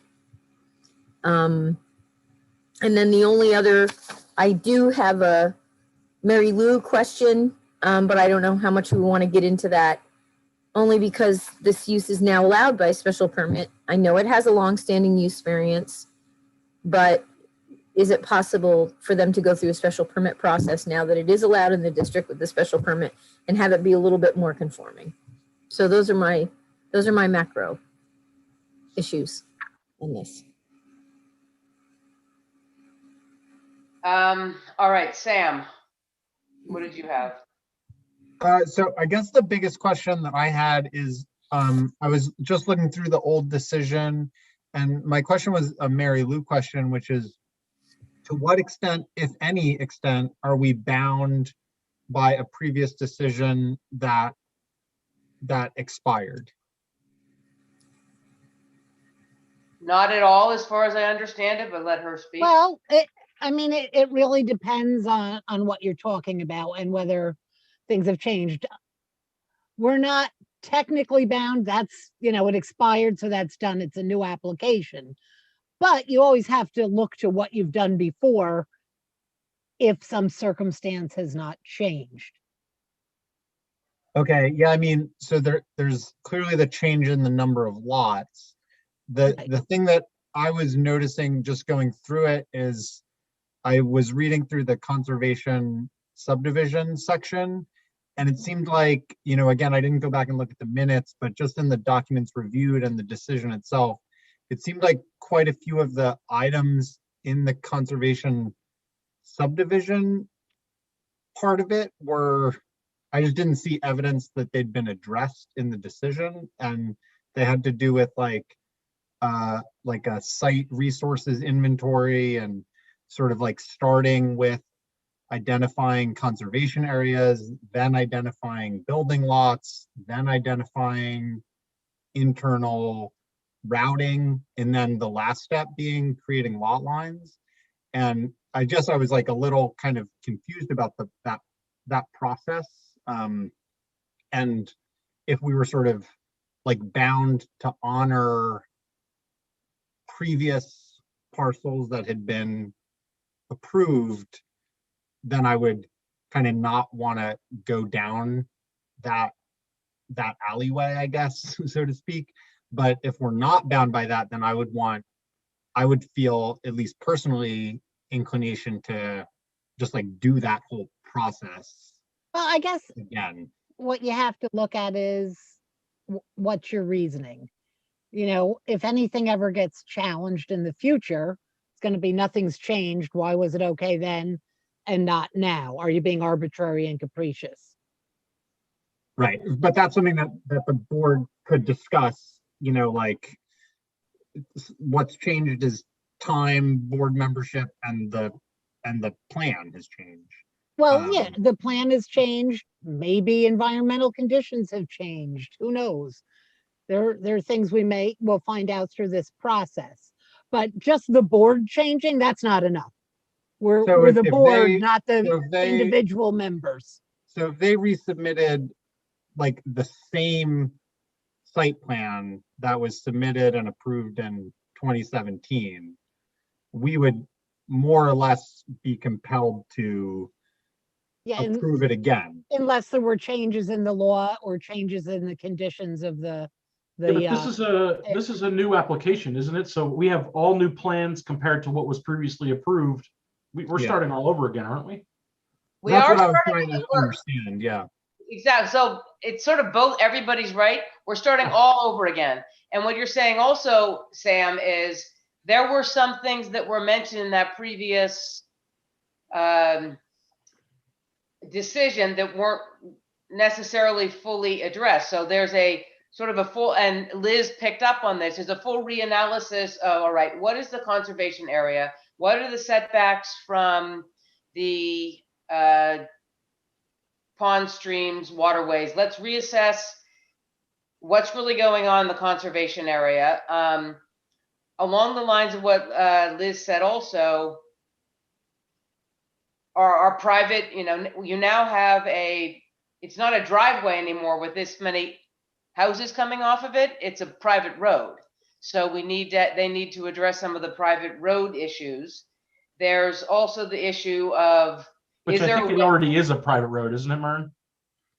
It's Old Pilgrim's Way. Isn't that actually considered a private road? That is considered a private road, yes. Okay. And is there a way to configure the drives a little bit better, and a way to keep your residential parking and your residential proposed uses somewhat separate from your non-residential and non-residential uses? So I don't think, Sam, there's an inherent contradiction at re-examining all of this if some of it was not fully addressed in the past decision. Okay, well, that answers my question for now. I thought that everything in the CPL report was really good. It was just, I hadn't actually, since I haven't been on the board for a conservation subdivision before, and since this site plan like requires some of the benefits that are granted with the conservation subdivision, I just went through and read it, and particularly the last two sections outlined a specific process to follow. And then I went back and read the decision, and like I said, I didn't go back and look at the minutes of the meetings where it was discussed, but like in the documents reviewed, some of the documents required by the conservation subdivision didn't seem to be referenced. And I was just like, maybe it was there and it just wasn't in the decision. I was like unclear about. I think if I remember correctly, Sam, when the decision was made previously, there was a lot of work they needed to do the conservation. Right. I noticed that in the conditions of approval. It was like they still needed to set up the easement. They still need, like, there was a lot of stuff. And so I think we maybe have an opportunity here to get a lot of stuff done up front and have it quote unquote, buckled up beforehand versus saying, yeah, this is a great idea if you achieve all these things. It's like, why don't you achieve everything first if you really want to go this way and just have it over and, sort of over and done with. Yeah, so I guess we should finish going around in the circle, but the 125-23 L and I guess it's L1 and 2 are the things that seemed really important. And I guess that's something I'd like to see ahead of the next meeting is the requirements of 125-23 L1, which is an existing resources and site analysis map. And then it lists A, B, C, D, E, F, G, H. Exactly. Yeah, Liz picked up on that in her report. Yeah, I saw that. I'm just reiterating. I totally agree because we sort of need, it's a little bit like we don't quite know what we're fully working with here yet. Mm-hmm. And just, we've got all the ingredients of a really nice cake.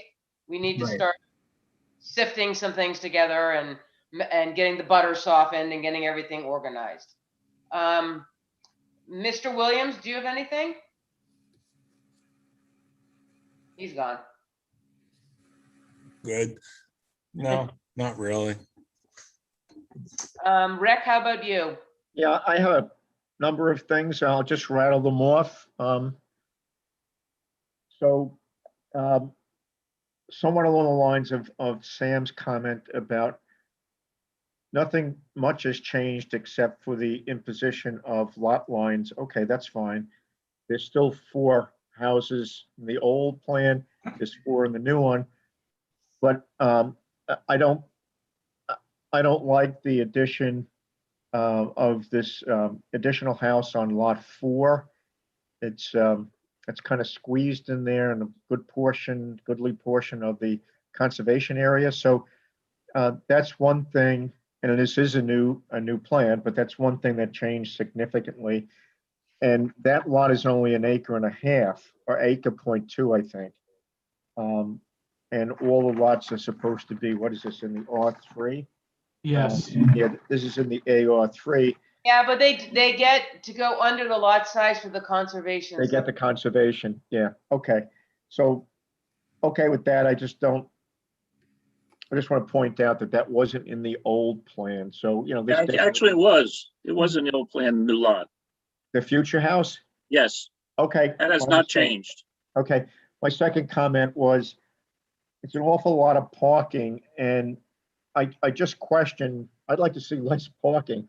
So I'm just questioning the 42,000 square feet for this building. I know that requires 51 or 52 parking spots, but do they really need 51 or 52? How many people are going to have working here on this site that requires that much parking? I like Liz's comment about if it does need that much because of the number of people in that 42,000 square foot building at any point in time. I like her comment about getting rid of that building down at the end and putting some of the parking down there so you don't have residential parking that actually looks like parking lot parking somewhat. Road maintenance agreement is going to be necessary between all these lots. They're going to be separate lots. So presumably road maintenance agreement. I couldn't find, I'm sure it's there, but the length of this driveway and at what point does it exceed 500 feet? So, that has implications in terms of turnarounds / turnoffs for the fire department. Again, I don't know what the length is. I could be totally off base with that. And for now, that's it. I get it with with separating the houses on their own lot. I'm okay with that. And to whatever extent, I think they did a good job on the setbacks from all the buildings and the lot lines. So while it looks really squeezed, lot 2 and 3 are so huge, and then you get 5 and 6 that are shoehorned in, but I understand why they want to do that. And so I'm okay with that.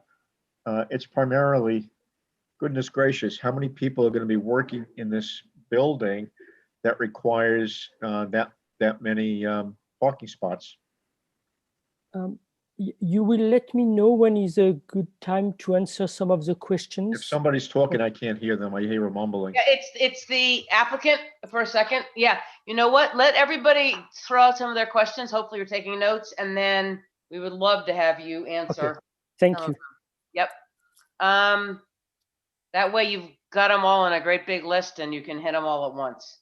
Mr. Grosso, do you have anything? I do. I like Liz's recommendation on the driveway change. I think that's important. Otherwise, I think this is okay, but I'm interested to see what the applicant is planning on doing with these parcels once they're broken up. So I'll give him the opportunity to talk at the end, but otherwise I'm all set, Mary. Who did I hit here? Anne Marie and Zorian? Anne Marie first? No, I don't have any questions. I mean, and I do understand, I understand what Rick was saying. He's concerned about all the people parking, but you know, you're doing productions for movies. It changes. It's a constant change. Some days you have a lot of people, some days you have big trucks. So it makes sense to me, and I don't have any questions. Zorian? Yeah, I have a couple of questions to the drawing. It was a parking lot 52. I actually calculated as 54 using those numbers in the circles. So actually 54 parking lots. But just small comment. And another question I have, where that road leads to the left of the lot 1? Is that basically the parking lot blocking the road to some other property or something like that? What is the purpose of that road now? All right. We will let the applicant do some answering here. Okay, I'll answer a few things and then Claude, maybe you could step in. Sure. You know, first to answer Zorian's question, that road, the adjacent properties were once owned by the same person and they were all trails connecting the property. Some of them were used for the horses or just his, you know, employees going between the hotel and back. So that's just left over from the prior owner. It really doesn't serve a purpose anymore, that road. I will point out that, you know, keep in mind that all of the buildings and structures exist. So when you look at the conservation subdivision analysis, it's not like you're going in with a raw piece of undeveloped land and figure out where you're going to develop it, because this property is already developed. And you know, we do understand maybe some improvements are warranted, but to try to reanalyze it as if you're going to completely redevelop it, I don't think that's at all practical. And then maybe Claude, who's here, who's the owner, he could talk about the business in the back and how their traffic works and parking and just describe the overall use of the building and how he plans to move forward with the separate lots. So maybe Claude, you can talk some about this. Do you hear me well? Yep, I can hear you fine. Yes, me too. And the accent is my French accent. There's nothing the computer can do. Can you talk up, Claude? I can't hear you. Aaron can hear you, but All right, Rick, you're the mine turned here. We're going to make Claude speak in French pretty soon, and then you're really going to be in trouble. well, that I might be able to. Okay. So basically, I bought the property 14 years ago. And when I bought it, it was a horse farm. And it already had all these constructions there. And I transformed that big horse barn at the back into a post-production company. So it's part of film production, but it's not producing movies, it's doing post-production. So to answer your question, there are never more than 4 people working in this building. Most of the space is used for storage. So we have been asked to have a lot of parking places on it because of the square footage of the building. But out of all these parking spots, 4 of them are being used and everything else is empty, except at the end of a movie, there's a couple trucks who are coming and they are bringing some wardrobe and some set design that were used in the movie, and they are being stored until the following year when we make the next movie. And then there's a couple trucks who are coming. They are picking up the wardrobes and the sets, and we go and do the next movie. And during the rest of the year, it's only these 4 or 5 people, most of the time it's 4, who are working there. There is a film editor, there is a film composer, there is a film director, and there is a producer. And they each live in one of the houses. And then they go work in the big building. So the big building, it's 40,000 square feet, but it's almost entirely storage space. And there's a few editing room for the people to do the music and the people who are doing the editing. And so I think that answers a lot of the questions of that weird, why is that weird building there and all these parking lots and no one coming in and out.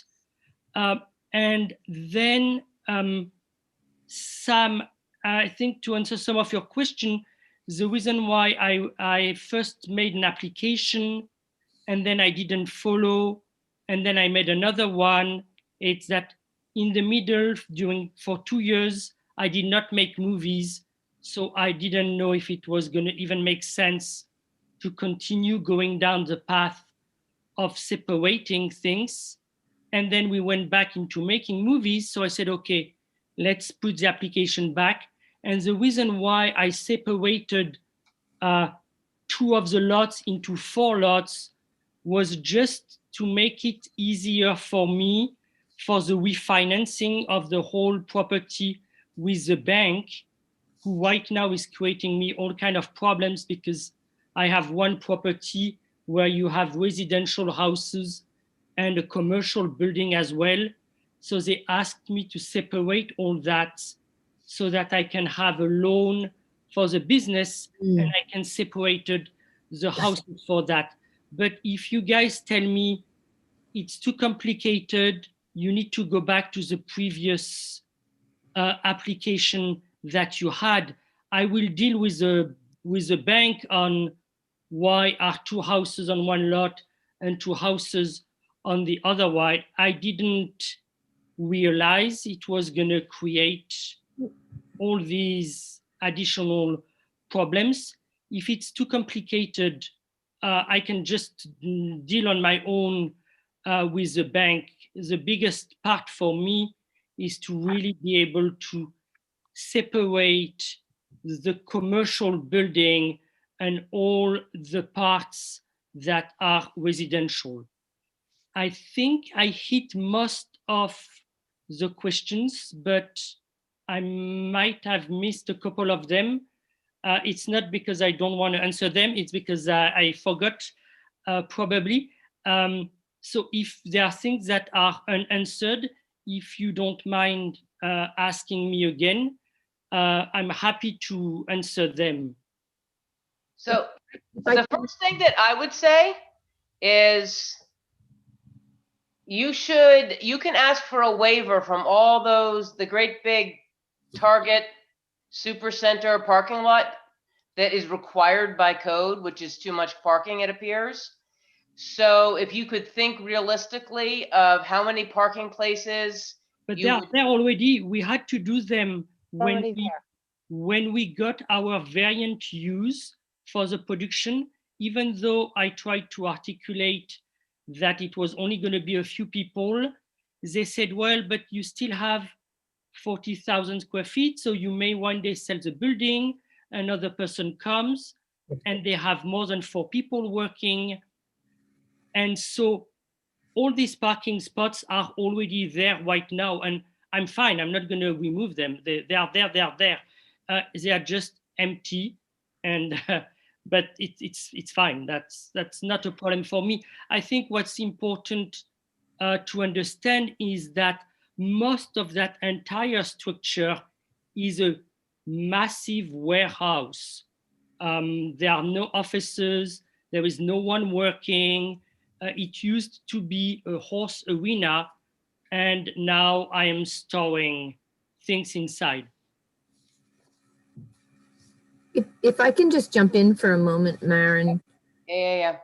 What I did say in my comments is important. What I didn't say is also important. I actually never raised a question about the number of lots. I think the concept was to try to figure out, you know, do we have all the information necessary to do a conservation subdivision? And some of that is, what does the board really want or need? And are there things that the board would consider waiving? And it really had more to do with the mechanics of the subdivision than the number of lots. And you've explained a lot. And I guess I would say, and again, I'm gonna lean on Mary Lou, that a special permit might be the instrument to allow some of these special conditions to be set. But again, Mary Lou, I don't want to gloss that over. If a use, Well, if we do the well, the problem is you can't do we can do a special use permit and it would be amended, I guess. but you still have to do, if you do a conservation easement and get the benefits of that, and now you're doing two applications Concurrently, So because of the use variance, but I don't really understand the status of that use variance, so. So the special use permit doesn't allow for the subdivision either. no, it would be two, they'd be running concurrently, but it wouldn't really, I mean, my thought was, I thought these were new parking spaces, and this was a waiver that we could give because we don't have any desire to have 10 gazillion parking spaces like this. But they're already there. So Yeah, well, one of the things that Liz brought up in her memo is that we're creating some lots with a house on it with no parking. Two of them have no parking, but we could very easily add like 2 parking spots onto those 2 lots. No, it was no driveway. Well, it's a driveway. Well, the driveway, they all access the driveway. But lot 3. lot 3, there's just nothing going to the house. So those are like basic details that need to be. So a lot of the stuff that Liz has there are refining of the site plan to show basic things. So we've sort of resolved some of the parking issues. There's a big checklist of things on Liz's memo. You would need to draw in a little thing going to the house as the actual driveway to the house. Right now you have a house and it doesn't connect into the drive that goes there. So I think going through the checklist of that, I think the other side is sort of, for me, delineating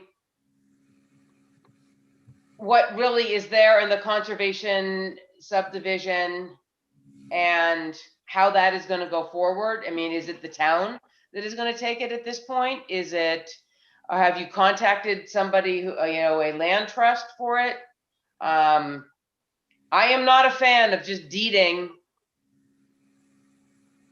conservation areas because nobody ever looks at their deed. They can't read their deed and nobody cares when it's just on the deed. Somebody has to be watching over it. I know previously the town had mentioned that maybe they would do it. I don't know where that is. So there's the side of figuring out the conservation easement and doing what Liz said, figuring out the, what are the exact parameters, the setbacks from the ponds, the streams, etc. So it is 10:15. I think we have a lot better idea of sort of what is going on, maybe going through just sending it back to Menbach and Edgar's to do a checklist of a lot of the stuff that Liz has there and get this. And this is a preliminary site plan, and answering some of the questions directly and getting some of the site plan bits amended. They aren't really heroic, and getting a better grip on the conservation easement, doing perhaps a wetland survey, doing a habitat study, and getting this so we're farther along that we could get to seeker and get to approving something. Does the rest of the board have a? Yeah, I just have one, maybe two, but one comment. It's a conservation subdivision under, and I don't have the code in front of us, 125- something or another. Does that also assume that you have to establish a legal easement, a conservation easement? Or are they two different things? That's probably more a question for Mary Lou. I didn't assume that we need a conservation easement. It's a conservation subdivision. So that's a question mark. And then what I'm hearing on the parking is the 6 parking spots on lot 2 and the 5 on lot 3 can probably be eliminated significantly because the applicant doesn't need 52 spots. And I'm not quite sure how many he said he did need. I just couldn't really hear him very well. My fault, not his, my computer. So, and everything else, Maren, I agree with you in terms of setbacks for the conservation area. I just question conservation subdivision versus conservation easement. You need a legal conservation easement to go along with the conservation subdivision application. And then I still have the questions, Barry, I still have questions about the length of the road and implications for emergency vehicles, fire apparatus and all that. And that's really it at this point. Maren? Yes. We just heard purpose of that exercise. Can we, maybe not right now, but through Mary Lou, kind of advise the applicant how to simplify with it? Maybe he can have just 2 different properties, one for commercial, one big property combined with all those houses. And it will reduce hassle for him. And because as it's created now, it's kind of artificial. It's not really subdivision. We're just trying to satisfy bank requirements. So is there any way we can come up with simpler solution for his purpose? I'm sure we could. It's not necessarily for us to design it for him, Zorian. It's for the applicant to think about how he would like to do that. So if the bank is causing an issue that, let's say it just is 2 lots. To make it the simple as possible, you have lot 1 and lot 4 are combined. I'm making this up, and that's the one great big commercial. So he gets a loan from the bank for that, okay? Then the other one is a great big piece, which is one piece with lots of houses on it. It's very difficult to go to a bank and say, hey, I've got this piece of property with 10 houses on it. Will you hypothecate it for me? No, I already tried that with the bank. That's why I say I could go back to the plan that I had submitted 3 years ago, because the bank was kind of okay with it, refinancing 2 houses and 2 houses. But there's nothing they could do with 4 houses on like these. So I think at this point, we're just saying there's just some process stuff we have to go through. It's the details of the conservation subdivision and then all this stuff in the letter from CPL. Yeah. Yeah. So that's what I'm saying. I think we should let them. You just need to move it through the process. Yeah, that's it. And let Barry and Claude work through with Liz some of the ideas, and I think they and clean up some of the bit that is here and work through some of those ideas. We're not resolving it right now. And I told you at 11 o'clock, this meeting is ending. So I think they've got enough to work on. Claude, if you would like to spend some time, individually with a couple of them, and maybe myself and with Sam, and go through some more of this when it's not in the middle of the night. I think Barry can start hitting some of the easy things that are on here, but I think we sort of have a bit of a go forward action plan. A lot of those questions the CPL address. Right now we've addressed it some, it's like, okay, you know what, with parking, we regulated it. There's a lot of other stuff that needs to be done. And I think they should just attack that, and we should move on and go. And if we need to, we'll do next month a workshop on this separately. I agree, and that's why we have CPL. That's right. That would. I just want to answer Rick's question about the conservation subdivision versus conservation easement. Rick, as part of the conservation subdivision, there's a certain amount of open space they have, and that open space has to be under a conservation easement. Okay, that answers it. Thank you. You're welcome. Myron, do you need a motion to move on or? No, we're moving on. Okay. Thank you. Thank you. Thank you, Claude. Thank you, Claude. Bonsoir. Thank you. Yes. Plutôt bonne nuit.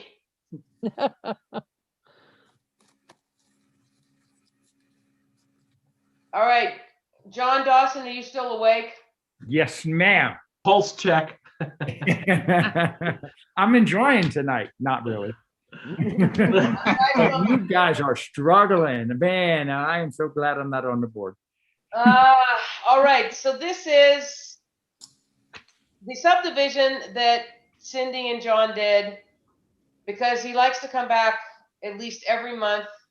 He decides to change it. So this is the problem where we have No, I'm going to take all the heat on this. This is completely my fault. You're being way too nice to him. So this is the problem we have. We have a subdivision. I heard that, John. Yeah. I'm gonna hold you to this, Cindy. You have a subdivision, and if you go to make any changes, it is called a major subdivision. But what this really is, in its essence, is a lot line. Yes. So here you have the new Yes. Yeah. quote unquote subdivision. I'm going to try and flip back and forth between the two.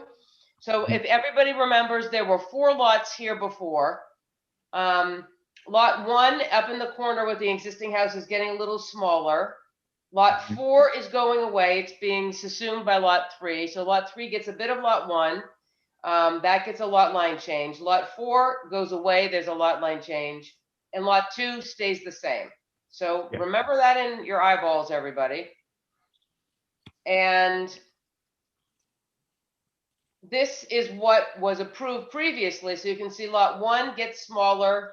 The proposed lot 3 that was here goes away. They get numbers, different numbers, and lot 2 stays exactly the same. So it's making one really big lot for these guys and then getting rid of some lot lines. So what we need to do in this case is that's the decision that it would be a major subdivision from Jerry, is ask for a waiver. In doing these combinations, that it is not considered a major subdivision. For all intents and purposes, is really a lot line. A waiver from this, if we grant them a waiver, then there's some elements that need to be changed on it. They can change up the site plan and bring that back next meeting. We set it for a public hearing. This is still just a pre-app, and have a public hearing. What month are we now? In June, and have the whole thing over and done with in June. That's my preamble. Any additions, John or Cindy? No, basically we decided to remove the one lot because of the topography of the land and the poor habitat, and a placement for a home for us is what we're trying to downsize and go single story.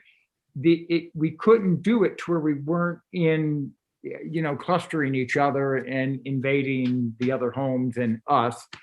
And so we thought it best we just don't have that other lot. And we really like the woods and want to keep it. yeah, we kind of want to keep a lot of open space. Perfect. So that's it. And All right, that's, board members, round robin, quickly. Zorian, anything? Lot 2 needs solid line. One comment, and another comment. I read somewhere that there are 2 houses, but on the plan there only one existing house. We'll get it on there, Zorian. That's part of my comments to add in for the next week. Okay. I think this is an improvement on the original plan. Thank you. Perfect. Thank Sam? No comments. Good. That's good. That's a comment.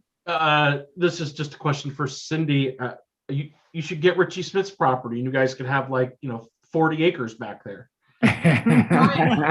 well, we would love that, but the price is just a little too much. That's a beautiful piece. No, I have no other questions. Thank you, guys. Anne Marie? No, I'm good, thank you. Rick, I'm fine. did I get everybody? I'm getting exhausted. No, you got everybody. Thanks for putting a bow on this. That's appreciative. So also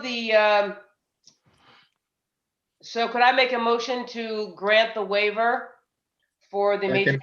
subdivision qualifications? Second. Wait, point of order, can we do anything formal on a pre-app? Good question. Yeah, you're probably right. Too early. I don't know. I don't mean, know. I support moving it forward as aggressively as we can, because I think it's a really clean application, but I Thank just you. don't want to get ourselves in trouble by taking an action. Well, we're making up this whole situation anyway, the pre-app versus whatever, but all right, let's just, we'll blink, accept the waiver. The only other, so if we could bring this up for the next meeting as a full preliminary plan, John, I would say, you built a house on lot 2, Yeah. Yes. just stick that on the plan with whatever driveway is on it. Okay. And You know, then, to Sam's question, I'm sorry to interrupt you. And I know we're trying to be cautious, but the whole notion of a pre-app is something of our own construction. And if we decide to simply say, well, this is what we're going to do in this case, in this pre-app process, I think that's our decision. That's not a I don't think you can grant the or, a legal term. It's not like seeker or anything else. It's our own construction. But- The pre-application process. but you don't have an application. You do have an application and I have paid the fee. That's right. What they're saying is they're in the pre-application status, even though they've already filed for a real application. so if they paid the fee, Yeah, if they paid the fee and you have the actual application, exactly. Usually Yeah, we're putting that's people okay. Yeah. in pre-app because nobody's got their We- act together. right, we have a lot of people in pre-app who haven't. Right. done- My Right. point of order is withdrawn. I yield to the parliamentarians' rule. Oh my God. Hey, yeah, well, they do. All right. I remake the motion, Honorable Secretary. And Okay. I'll re-second it. All in favor? Aye. Aye. Abstain. Hi. The other thing, Maren, on this map, if they could make the map so that it showed the lot lines that were deleting and modifying, so that we To don't be have to do deleted. that toggle view. I was I'm getting there. I'm so sorry. First, put the house on. Yeah. Yeah. And historian said, I don't know what happened. It made a dotted line, a bad non-line for lot 2 along Van Tyne, sort of. Mm-hmm. You see how, I don't know Yeah. what happened there. Yeah. Put the driveway in, obviously, and then show the lot lines to Well, be. the We no longer own lot number 2. Yeah, that's why he sold. did that. Ah. It just closed 2 weeks ago. So that's like part of the previous subdivision. It's on the map for that reason. That's right. The difference. Your goal is to put a house on lot 3, is that correct? Yes. Yes, for us. Which already has the future septic and everything designed on it. Yes. Oh, the house- And that's from the last time it already did. Yeah. All right, so since you've already sold it, then the dotted line is fine. Dorian, you're gonna have to deal with the dotted line there. Okay, I'm dying. Then you have your proposed, you're gonna have to, House and well location stay the same, yeah, driveway that's stays fine. the You're gonna same, have, the shared driveway agreement will have to, still stays the same, Right, because it's still does not just us. change. wasn't it for 4 lots before? Mary Lou? can you No, check? no, it was for 3.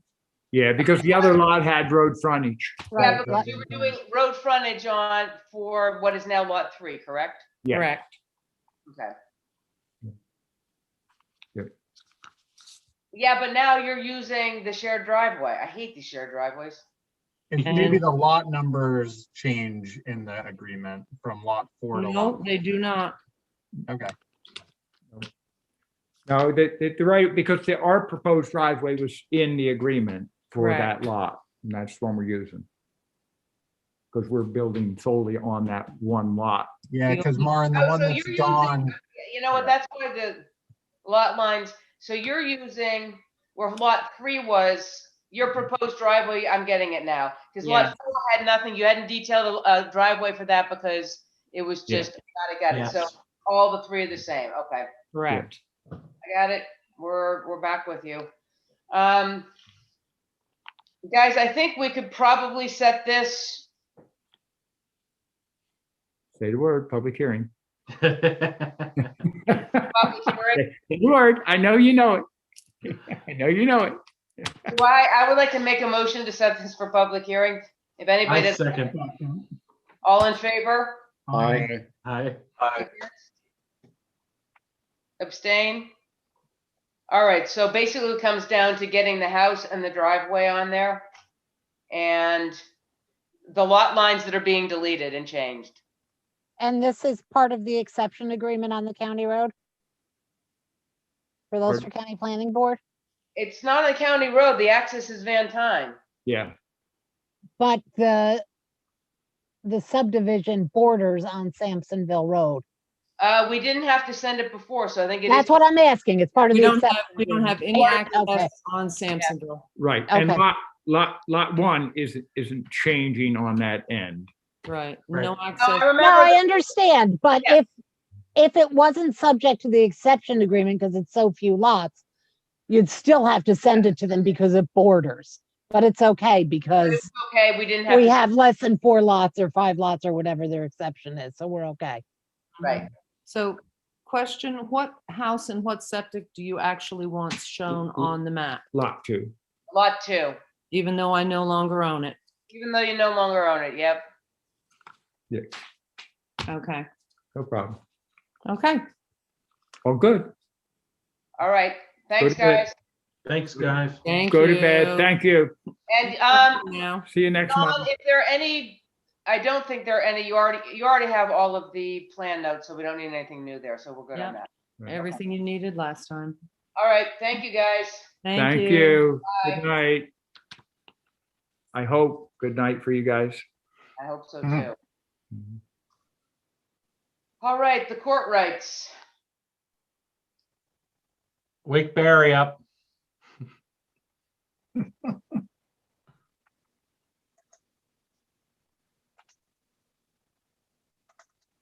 So this is the court right mine. He did a lot line with, what's his name now? Flynn O'Connor. Oh, exactly, I couldn't remember. Flynn O'Connor, to give him the barn, and this is an example where we did a lot line where there's a road going through it also. To give him some more space because he didn't have any room for all of his trucks. And now behind that, he is going to carve out an 8-acre slot for a single family dwelling.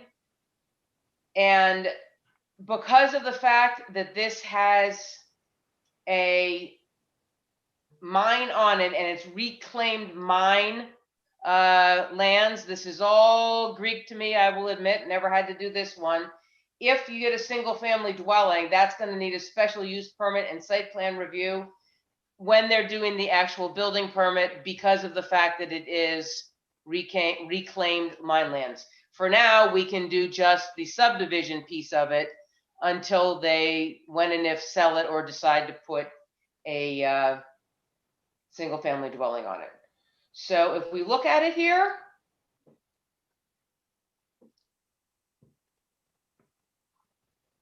up in the corner, you can see there's the whole great big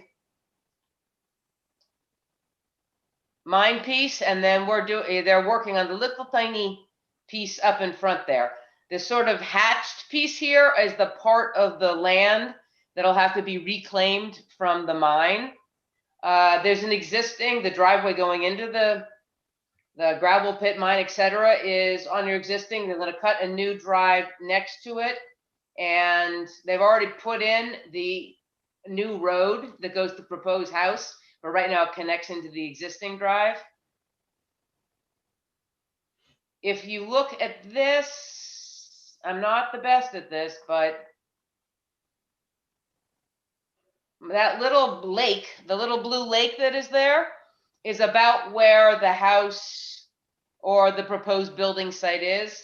So you can see the road coming in as it is. The new driveway comes off right along sort of the tree line there. And that would be the location with the mine down below. And here's the determination from Jerry, which goes through the fact that it will have to have a site plan review special use permit.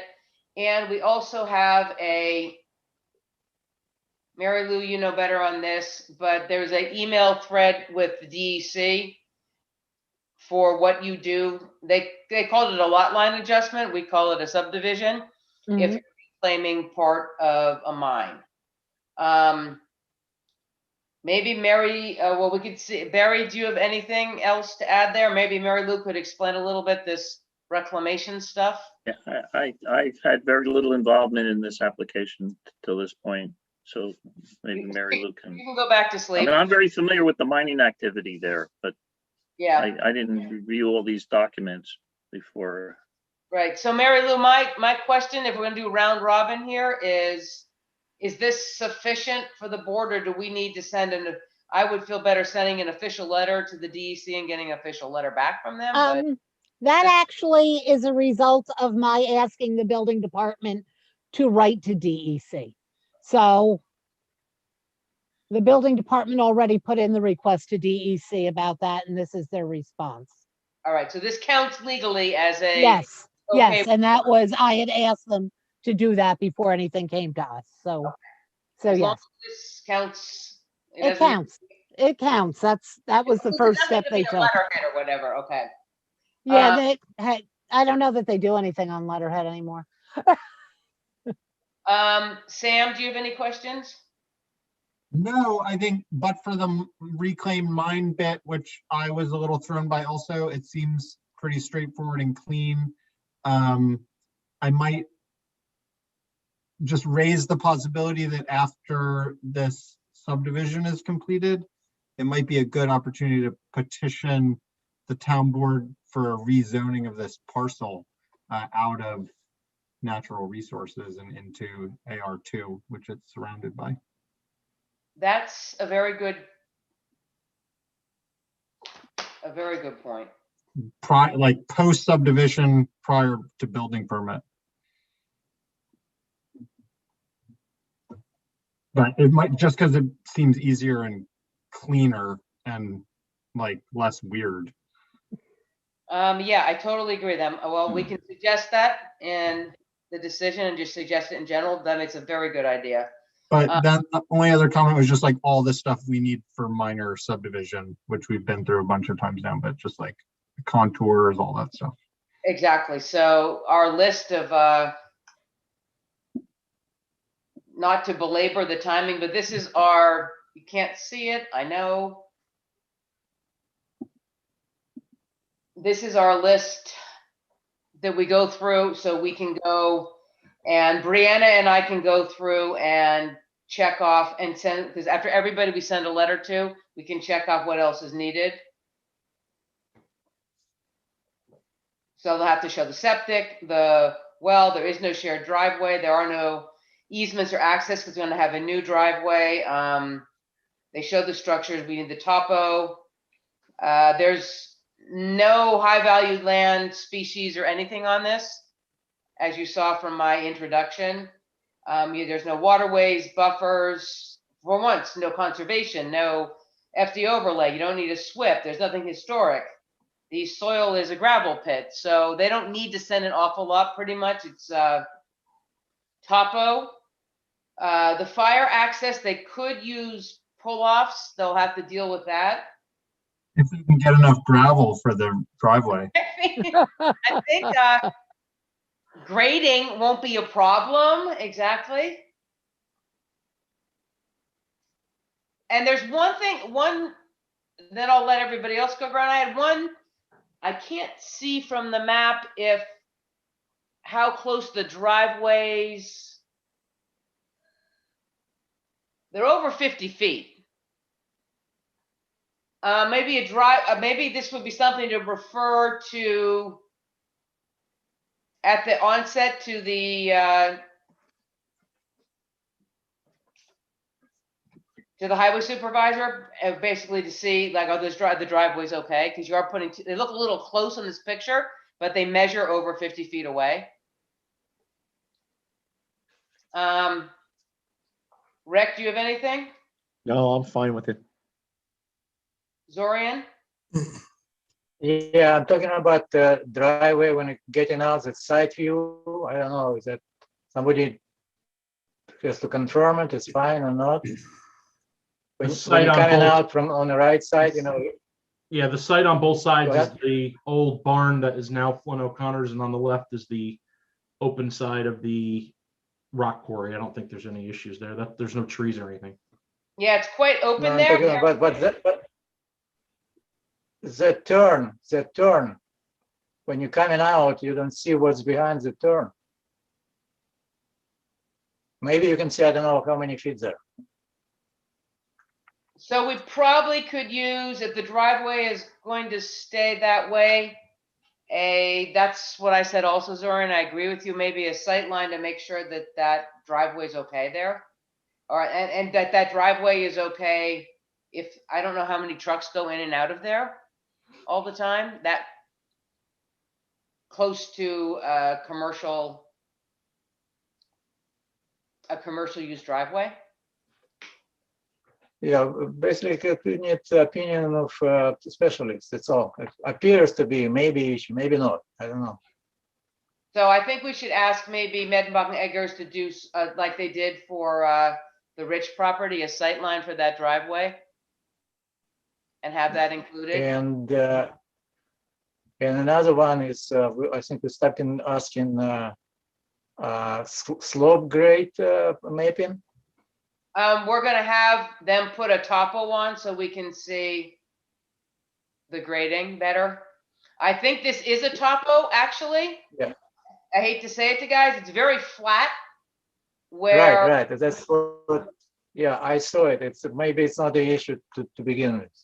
I mean, there is a topo on here, and it's just that it's the first time we had a topo that is dead flat where the lot is, Right. and then it slopes down into the gravel pit.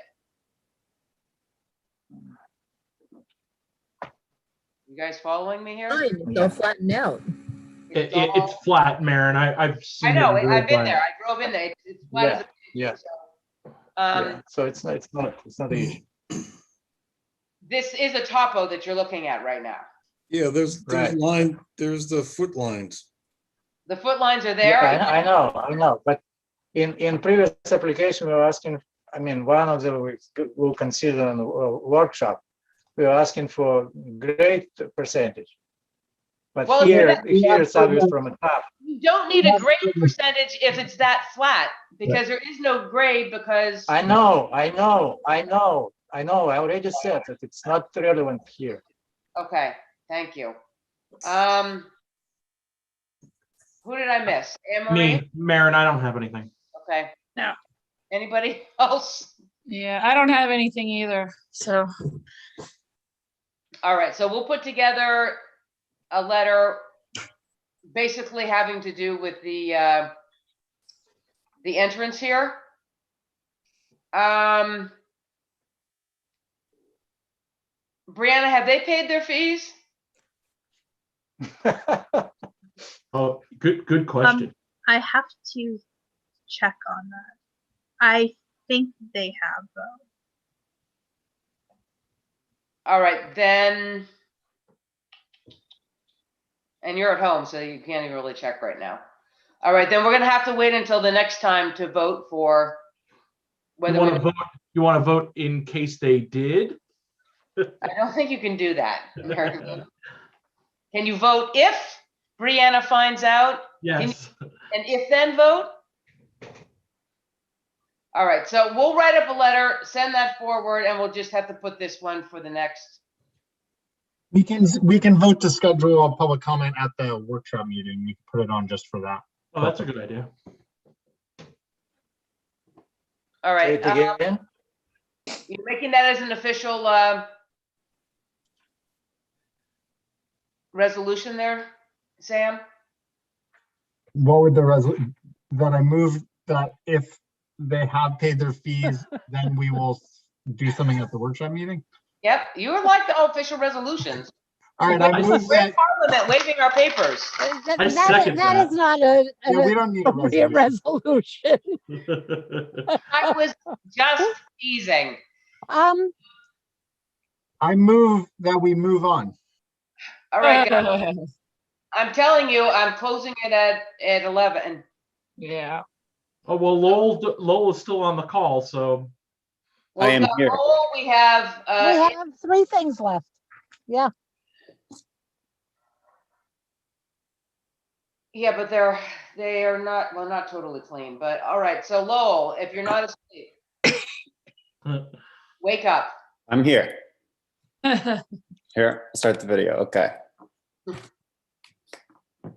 All right, so this is a 24-acre parcel on Berm Road. This is the parcel that Cypress wanted to do the Fordmore project on. And now Stony Kill LLC owns it. The idea is to put it a 5.7 acre, a 12 acre, and a 5.9. It does have farmland of statewide importance, a little tiny bit at the front.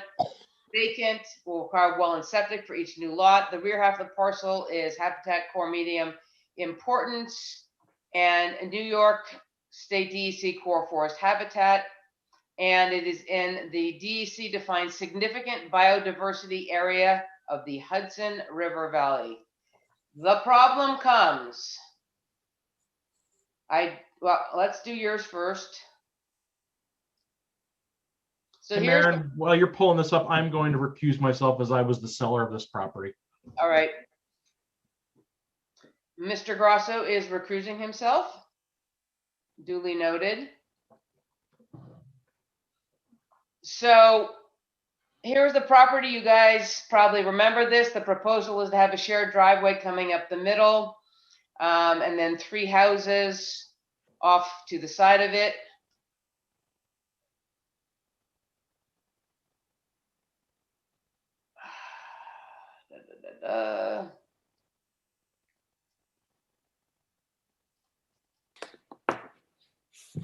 Here is the difficulty. You see these lines? This was previously surveyed, so it's going to have to be surveyed again for this application. Yeah. And those are every place that a house is, there's a stream. And the entrance, which goes right up through there, is a stream. So that entrance is not going to work. That entrance didn't work for Cypress and their attempt, which they gave up on doing a solar farm. So the entrance has to go over to the side. There's a big grade going up here. And I mean, frankly speaking, I don't know if it can do 3 houses. It's going to have to take a lot of smushing around. I would tend to lean toward giving this to CPL to go over this, unless Lowell wants to try to figure out something and not have 3 houses and figure out before it goes to CPL. I would lean toward that. A different. What's CPL? That's Liz, who you heard speak. That's our planning consultant who would review it. Okay. And you have to put escrow up for that, and she would give an estimate of escrow. You could try to do a revamp beforehand, but so you're gonna have to have a survey with somebody you can't steal somebody else's survey, unfortunately. No, the survey is being worked on now. So you've got a house on a stream, you've got the entrance. It's like stream crossings everywhere. I mean, the DEC might say yes to one, but not to an entrance that is on a stream. And then, so this is why you see, just for the edification, that was the driveway that came in when they were gonna do the solar, which was going around all of the streams that are there. And then this is the grade they had, so you had a steep. I mean, they got it down to 10% there, but they had to cut a lot of land down to get it to 10%. So it was, they gave up on the idea because it was gonna be too tough a piece of land for a solar farm. Lauren, there's also a problem. Well, can you Yeah. go back up to the first picture that you had? And you can just barely see it. So I took a look at the original map. The piece of property where it says OIC, I guess that's the soil type. I'm not sure. But there's a note up there on the top, right up here. Ooh la. And that note actually says, and in Lowell's picture, he's got the road going on this piece of property and on this piece of property as well, a little bit. This piece of property, the note says something to the effect that Cypress Creek probably wanted to buy it, but the owner of that property is unknown. So I don't know whether that's been resolved, but you can't have, well, you can't have your road going over a portion of somebody else's piece of property that, by the Yeah, way, you're seems right. to be unknown unless you bought it because you found out who actually owned this piece of property. So that's another problem in addition to the stream bed. So we're looking into that, that OIC or whatever that is, that kind of unknown owner, but we have, so we're looking at that with my surveyor. Well, do you own that? Did you buy that? Well, it's unclear because I don't want to speak too much and speak out of turn, but what the county records show is that we own that parcel, but there's a discrepancy, I believe, with the meets and bounds as to it, but it's not owned by the parcel next door to it. How I understood it when I had the property is there was a 50-foot right of way through there. Okay. All right, well, yeah, because you're right, Rick. It says parcel is shown to be part of the subject land and tax maps, but is not included in the record deed.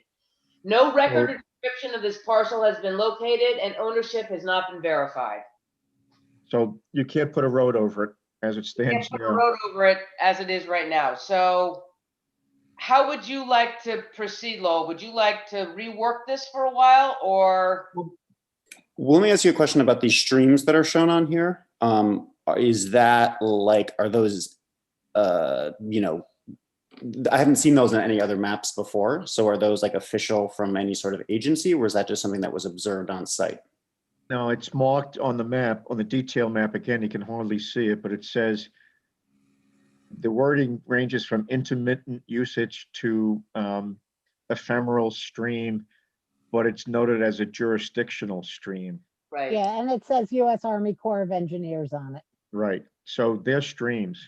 So they're streams. In fact, Lowell, the one on the right-hand side, could you put that back, Maren? Sorry.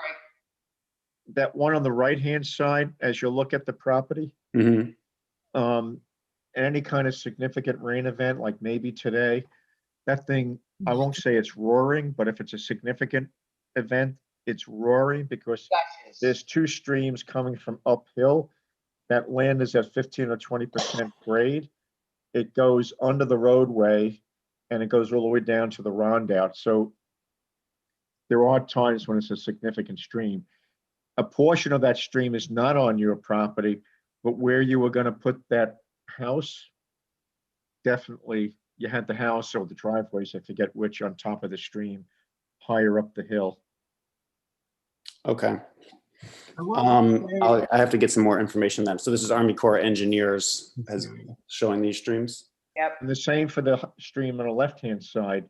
Again, it's ephemeral, intermittent, whatever, but it is a stream and it does, quote unquote, fill up because again, that land, you can see from the topo here from Cypress Creek, the topo is steep. It's a bit like my yard. It doesn't look like anything until it gushes so badly. The entire upper Cherrytown is, and we've had no site disturbance where it is, and it will. So you're really in those areas. you're really not gonna be able to situate.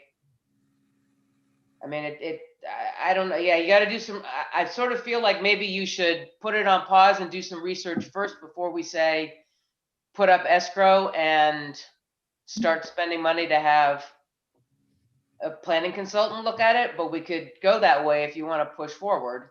Well, I just want to throw into the mix also that, the use, when we looked at this parcel before, and I think we learned a lot of valuable stuff about the parcel as a board, but, the use was dramatically different than this use, and some of the constraints that the parcel presented for the solar, may shake out differently with this use. So I just want to Sam, that's exactly what I said, but the way Yeah. this is designed here, that driveway doesn't No, yeah, work.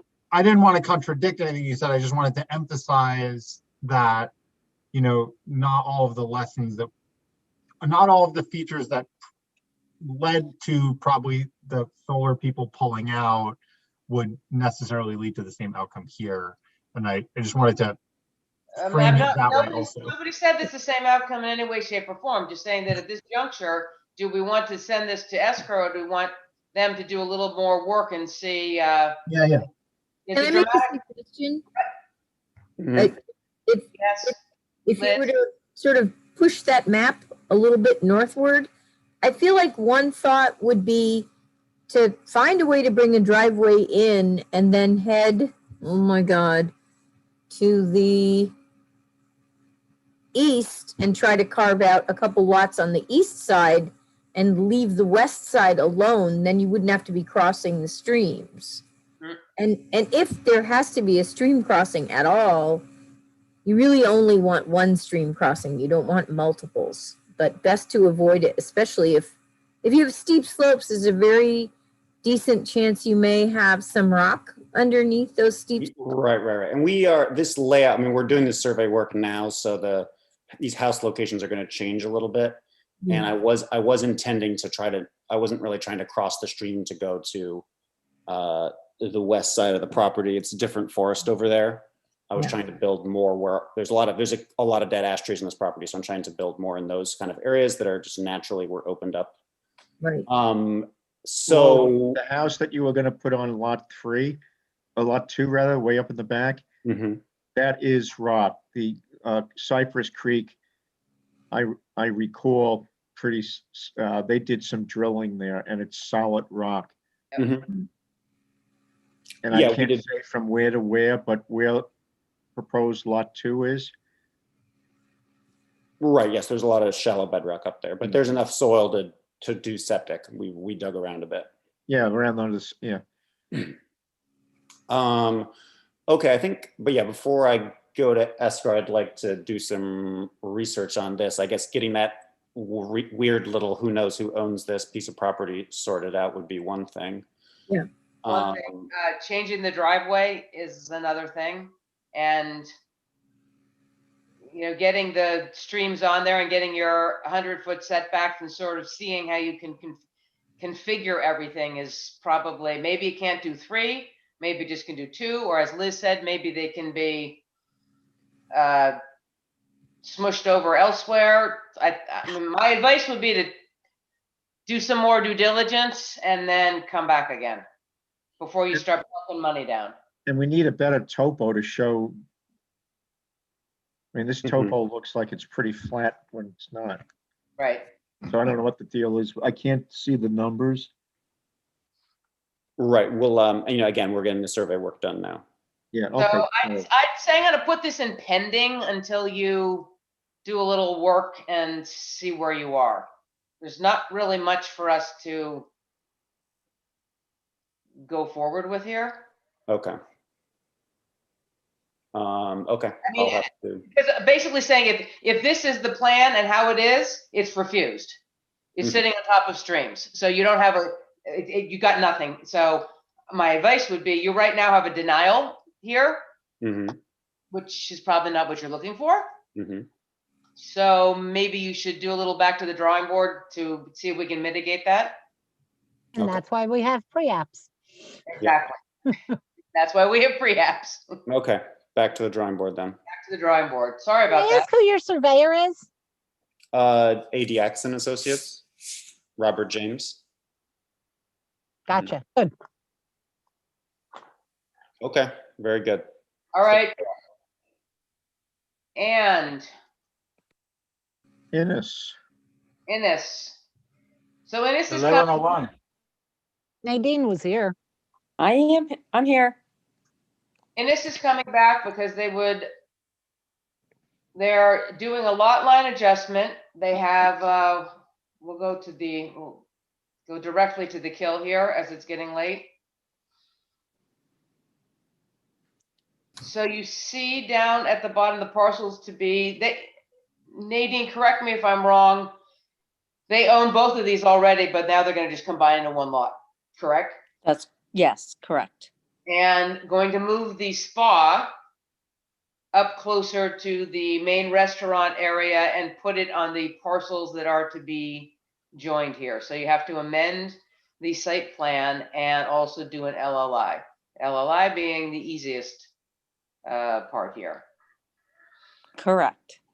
Why Anything didn't they do this at the beginning, Nadine? They did not own that piece at the beginning, and they spent a lot of time trying to acquire it. I recall them talking about that, Okay, that parcel and how they were interested in it, but they didn't own it. so this is parcel Correct. number 6, right? Well, the number 6 is there just for the description, but yes, that's exactly that triangle piece. Mayor, and I am unrecusing myself. Goodbye. So yeah, you can see it better, Rick. That's as big as I can get it. So now it does say Nadine Lands of Innes Capital LLC.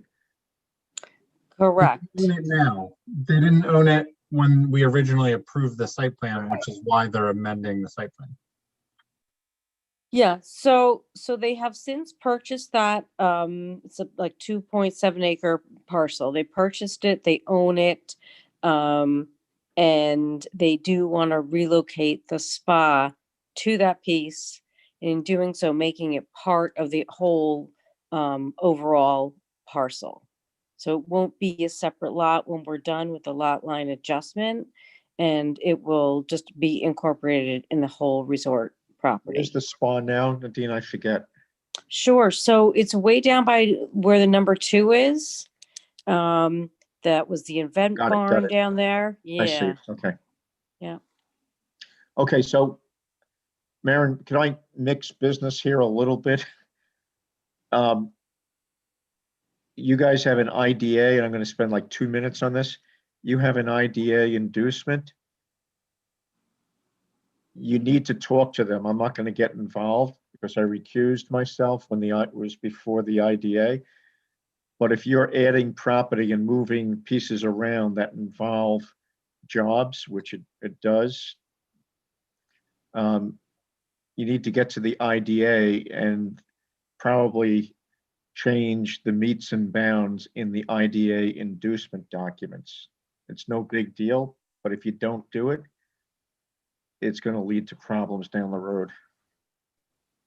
Sure. So I will definitely mention that Just to tell the owner. Tell Tomar he's got to talk to his attorney's got to talk to the IDA attorney. It's no I'm big here. deal. Sure. I Tavo's heard on. that. What's that?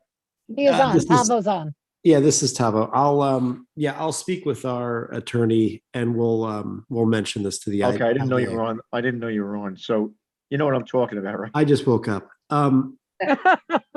Good. Yeah, I think the jobs are going to be the same because we're just moving the spa. Yeah, I think you're right, but the meets and bounds will change slightly. And Yeah. Yep. okay, That's fine. all right. Sorry, no. No, that's perfect. We can do the round robin. Sam? I mean, I have a list. There's a whole list of things, Nadine, which you know that we're going to need on your typical redoing the site plan, how's the parking gonna go? How's the drive gonna be? What kind of lighting? What's, renderings? Basically going through all of the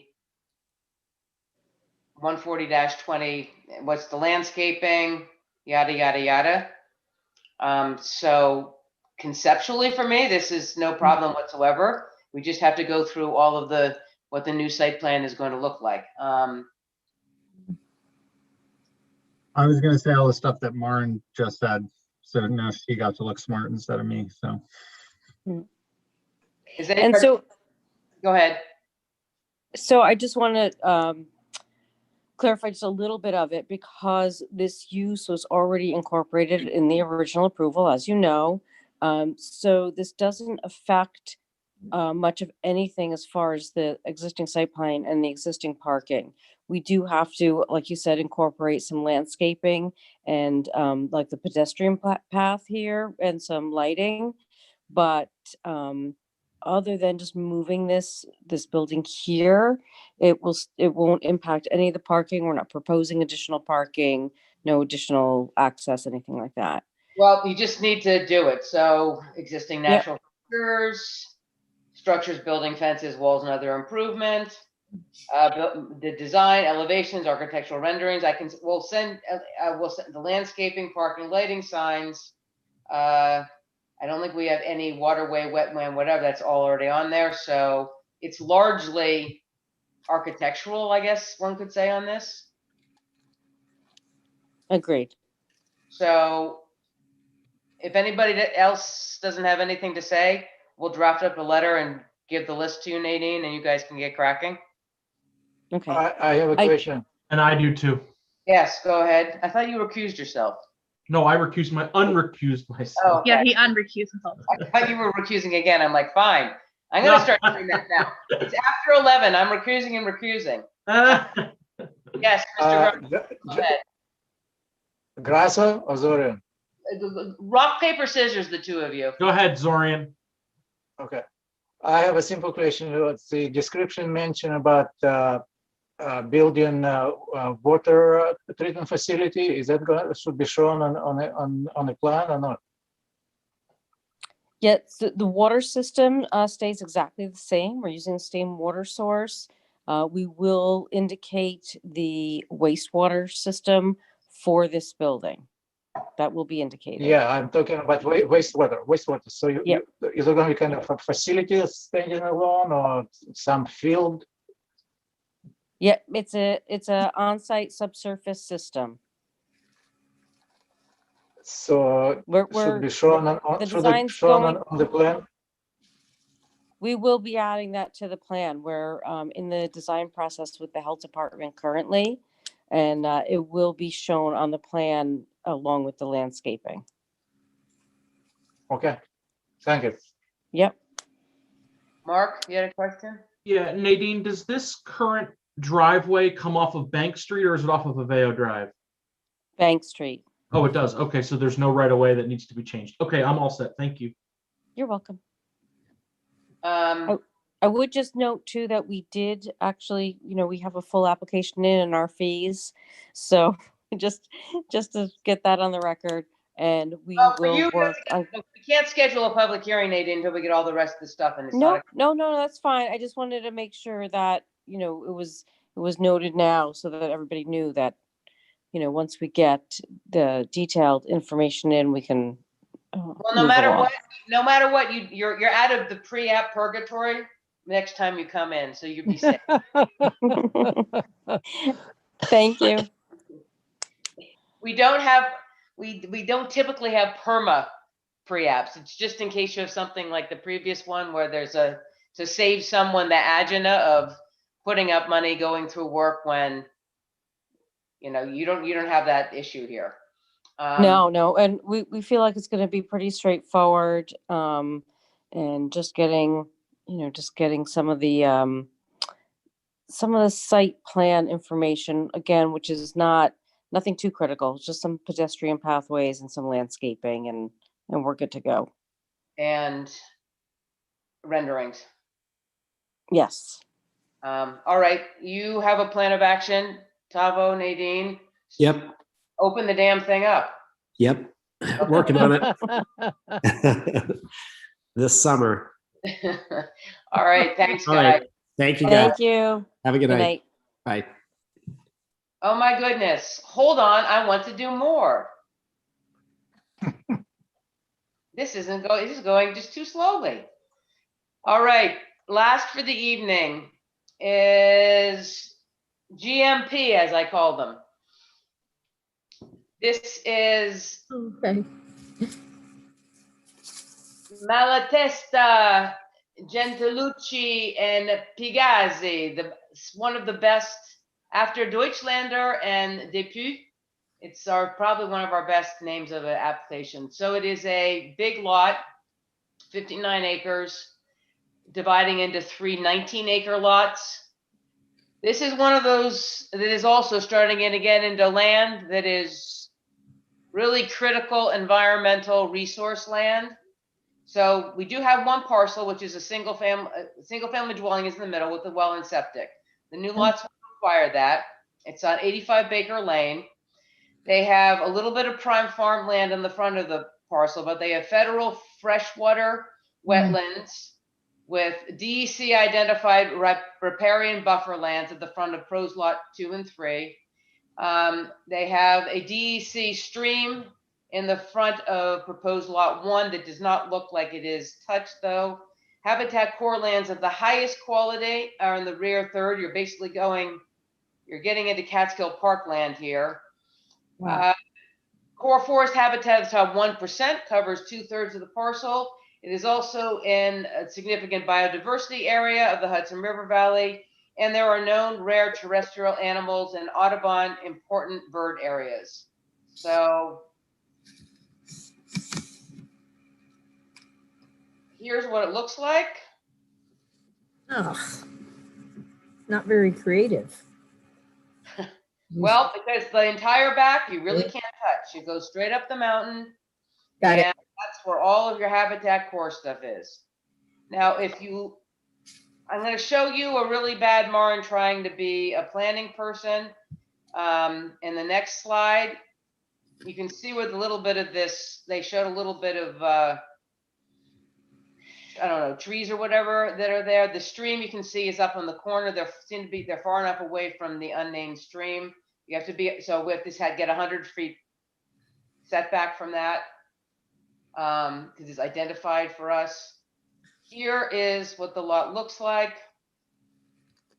It opens. Getting way too much stuff open. Why aren't they just staying near the road? I mean, the rest of the land looks pretty rough. No, so this is all the back. So this is the big long thing here. You do have the existing house that is here. Right. And then the other ones are somewhat toward the front, but here's why staying toward the front doesn't work. Oh, yeah, I see it. Yeah, if I could speak up, the 2 proposed lots are actually in areas that were fields not that long ago. Yeah, but the front one, see that red line? That is the driveway. It goes through an ACOE identified wetland, the riparian buffer. So that driveway to that lot does not work. What's the light blue blob with, looks like a ghost with a mouth open or something? The blobs, the eyeballs are. No, the tailor sort of. And the ghost part is possible wetlands. As opposed to fully identified wetlands, which are in front. So the curvy driveway is a pathetic attempt by me to show the curved driveway to the existing house. That one works, well, it's already there, let's just say that. So it looks to me like the existing house obviously works. The curvy driveway to the other house works. But which lot was it that was on the bottom? That driveway does not work, period, end of discussion. Is there a way to come in from the adjoining property or something? I mean, I know that's a ridiculous request. So, Marion, could you? At a minimum, don't come over the ACOE wetlands. Hey, Mayor, I have a question. If you're looking at the parcel viewer, it looks like there's a driveway or an old driveway that went to the right side of the current house on a diagonal down to the corner of Baker Road. Meaning right where your tip of your red point is, right there, going exactly that way. Yeah, that's where it drive looks by, like. you see one going, there's an old road going like that. At a minimum, you're hitting less wetlands that way. And that might be a good proposed option for that one lot. I don't know about the other lot though. I agree. So Marion, can I ask you, where are you getting the wetlands mapping from? The DEC. So you're saying this is a state DEC wetland? No, it's the environmental resource mapper, right, Maren? Yep, it's the environmental resource mapper of the DEC. And they show you everything. They show you federal. Well, so is that what it is, a federal wetland or state designated? I think it's both. It's both, I believe. But anyway, if it looks like this, we're going to ask for the DEC to go out there and do a wetlands delineation, because there sure is a lot of possible probable, and you do have Army Corps of Engineer. Yeah, we deal with these all the time, and I actually have it on the site, and I don't believe we identified any wetlands along the When you frontage look there. at the site, you can see there's all this pressed down grass there right in front of where the trees are. That probably is like a vernal pool, ephemeral in and out kind of wetlands that counts. So you could move the drive. That, I don't see what's so traumatic about that. Yeah, no, I agree. I just, So if you go into, you basically, and so this probably could use a wetlands delineation. It could be wetlands because of the soils. There's no water right now there, but because I'd like to see what it looks like tonight or tomorrow. That's in a floodplain zone X too, isn't it? I think that's FEMA floodplain, I believe. That I did not, that's worth looking. I did not look that up. I'm just gonna scan. So I don't know what the board thinks, if we should throw this to CPL or let Barry do a little more investigation first. yeah, I would appreciate that. I'd like to do some more investigation because we did not pick up a wetland in the frontage there. And so I'll then we have a wetlands consultant we can get out there and Have you grabbed something from the web soil survey just to see what kind of like hydric soil? yeah, that's good until you get out on the site. But I know, but just so you start, get whatever you can from online and. well, I think that's what we did, and we didn't identify it. That's where I'm wondering where you got this map from. So it's from it's the DEC GIS system that puts everything on it. Environmental resource mapper, I think is what it's The called. environmental resource mapper. I mean, I took down the ones that show the birds and show the best habitat and show the whole thing looks like it should be part of the Catskill Park. I just did the toughest part, which is entering in the front, because they really aren't touching much of the back. And actually, I got the impression that Ulster County Parcel Viewer has a lot added into their database. And of course, Barry, you're right. It's not like exactly as it looks on the ground, but you have some data to work off of to see where you have your big constraints. Well, they're getting better because they're starting to synergize a bit with the environmental mapper, the DNC and stuff. So I think we'll leave it at this, Barry. Why don't you, as this is a pre-app, maybe do some more sniffing around, and then We'll definitely do that. Were there any other issues? it was pretty much it was pretty much this because it's pretty flat, and they are staying relatively out of the back part, which is where they're going to have fun with the endangered and threatened species that live there. But I guess one of the guys already lives there and knows about them. Well, they just bought it together. There's 3 gentlemen and they're friends, and they Yep. want to have houses together. So one of them's going to take over the house. Probably maybe did already. They only closed on this over the winter, and then the 2 other partners are each going to build their own house. I mean, another thought, I don't know how possible this is under the conservation thing, is to run a shared driveway in and have the homes really clustered next to each other. And Well, they want to have the ability to sell it off in the future and stuff too, and they want it to have equal acreage. So Well, they do have that, but they will all have equal acreage, but they're not, when they sell it off, they're not going to be able to do much anything with the rest of this land. No, I'm talking about they each build and live in a house, and someday each one of them is gonna want to sell that house. Yeah, I'm just saying it would be a different kind of design. They still could have their own lots. Yeah. Yeah, but I'll talk to them. In fact, they were on earlier tonight. I guess they couldn't stay up this late. Not imagine why you wouldn't want to sit until Probably 11:21. they're not getting all the money we're getting for doing this. Exactly. All right, so why don't you schmutz around with us a little and then, I'll do some more homework and resubmit. okay, perfect. Thank you. All right, thank you. And thanks for hanging out so late. Good night, Oh, Barry. This was awesomeness. All right, kids, you don't get to escape. You really the know how to question. rock and roll. Hold on. You cannot make a motion to adjourn yet, kids that want to do that, all right? I have other matters, but very busy. You knew I was gonna say that, didn't you? Yep, I sure did. So just so everybody knows, we sent a letter to the code enforcement officer regarding the Cafiero drive-through. He's getting close to trying to put asphalt down, and I wanted to try and save him from putting the asphalt down and not doing his landscaping and then having to get a jackhammer in and take it up.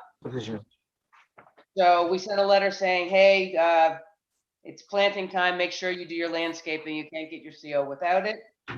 I was gonna have Mary Lou explain seeker timing for the Maybrook Walnut Creek. That's getting pushed aside because it's 20 after 11. Yeah, I think that the letter that I sent back to you, my response to you, I think I sent it to whoever you sent it to.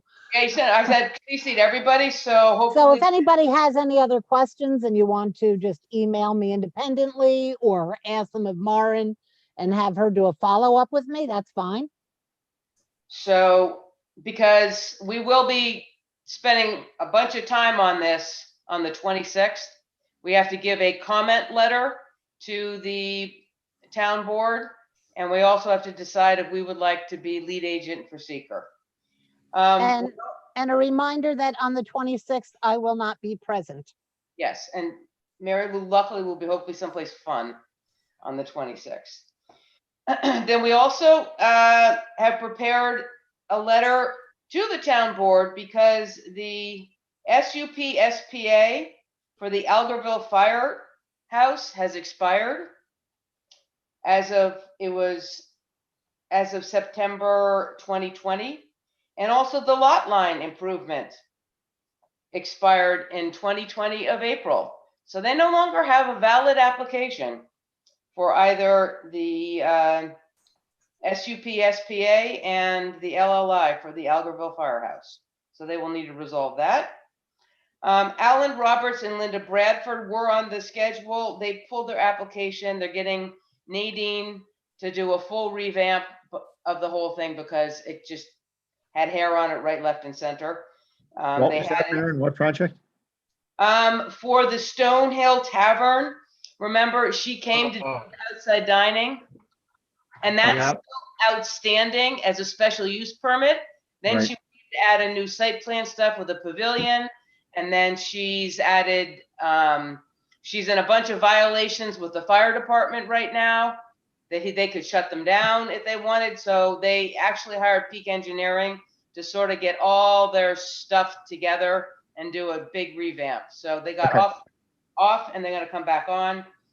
Streamside Estates, thanks to Mike Moriello, is off and gonna come back with a lot line improvement and can the idea of the subdivision.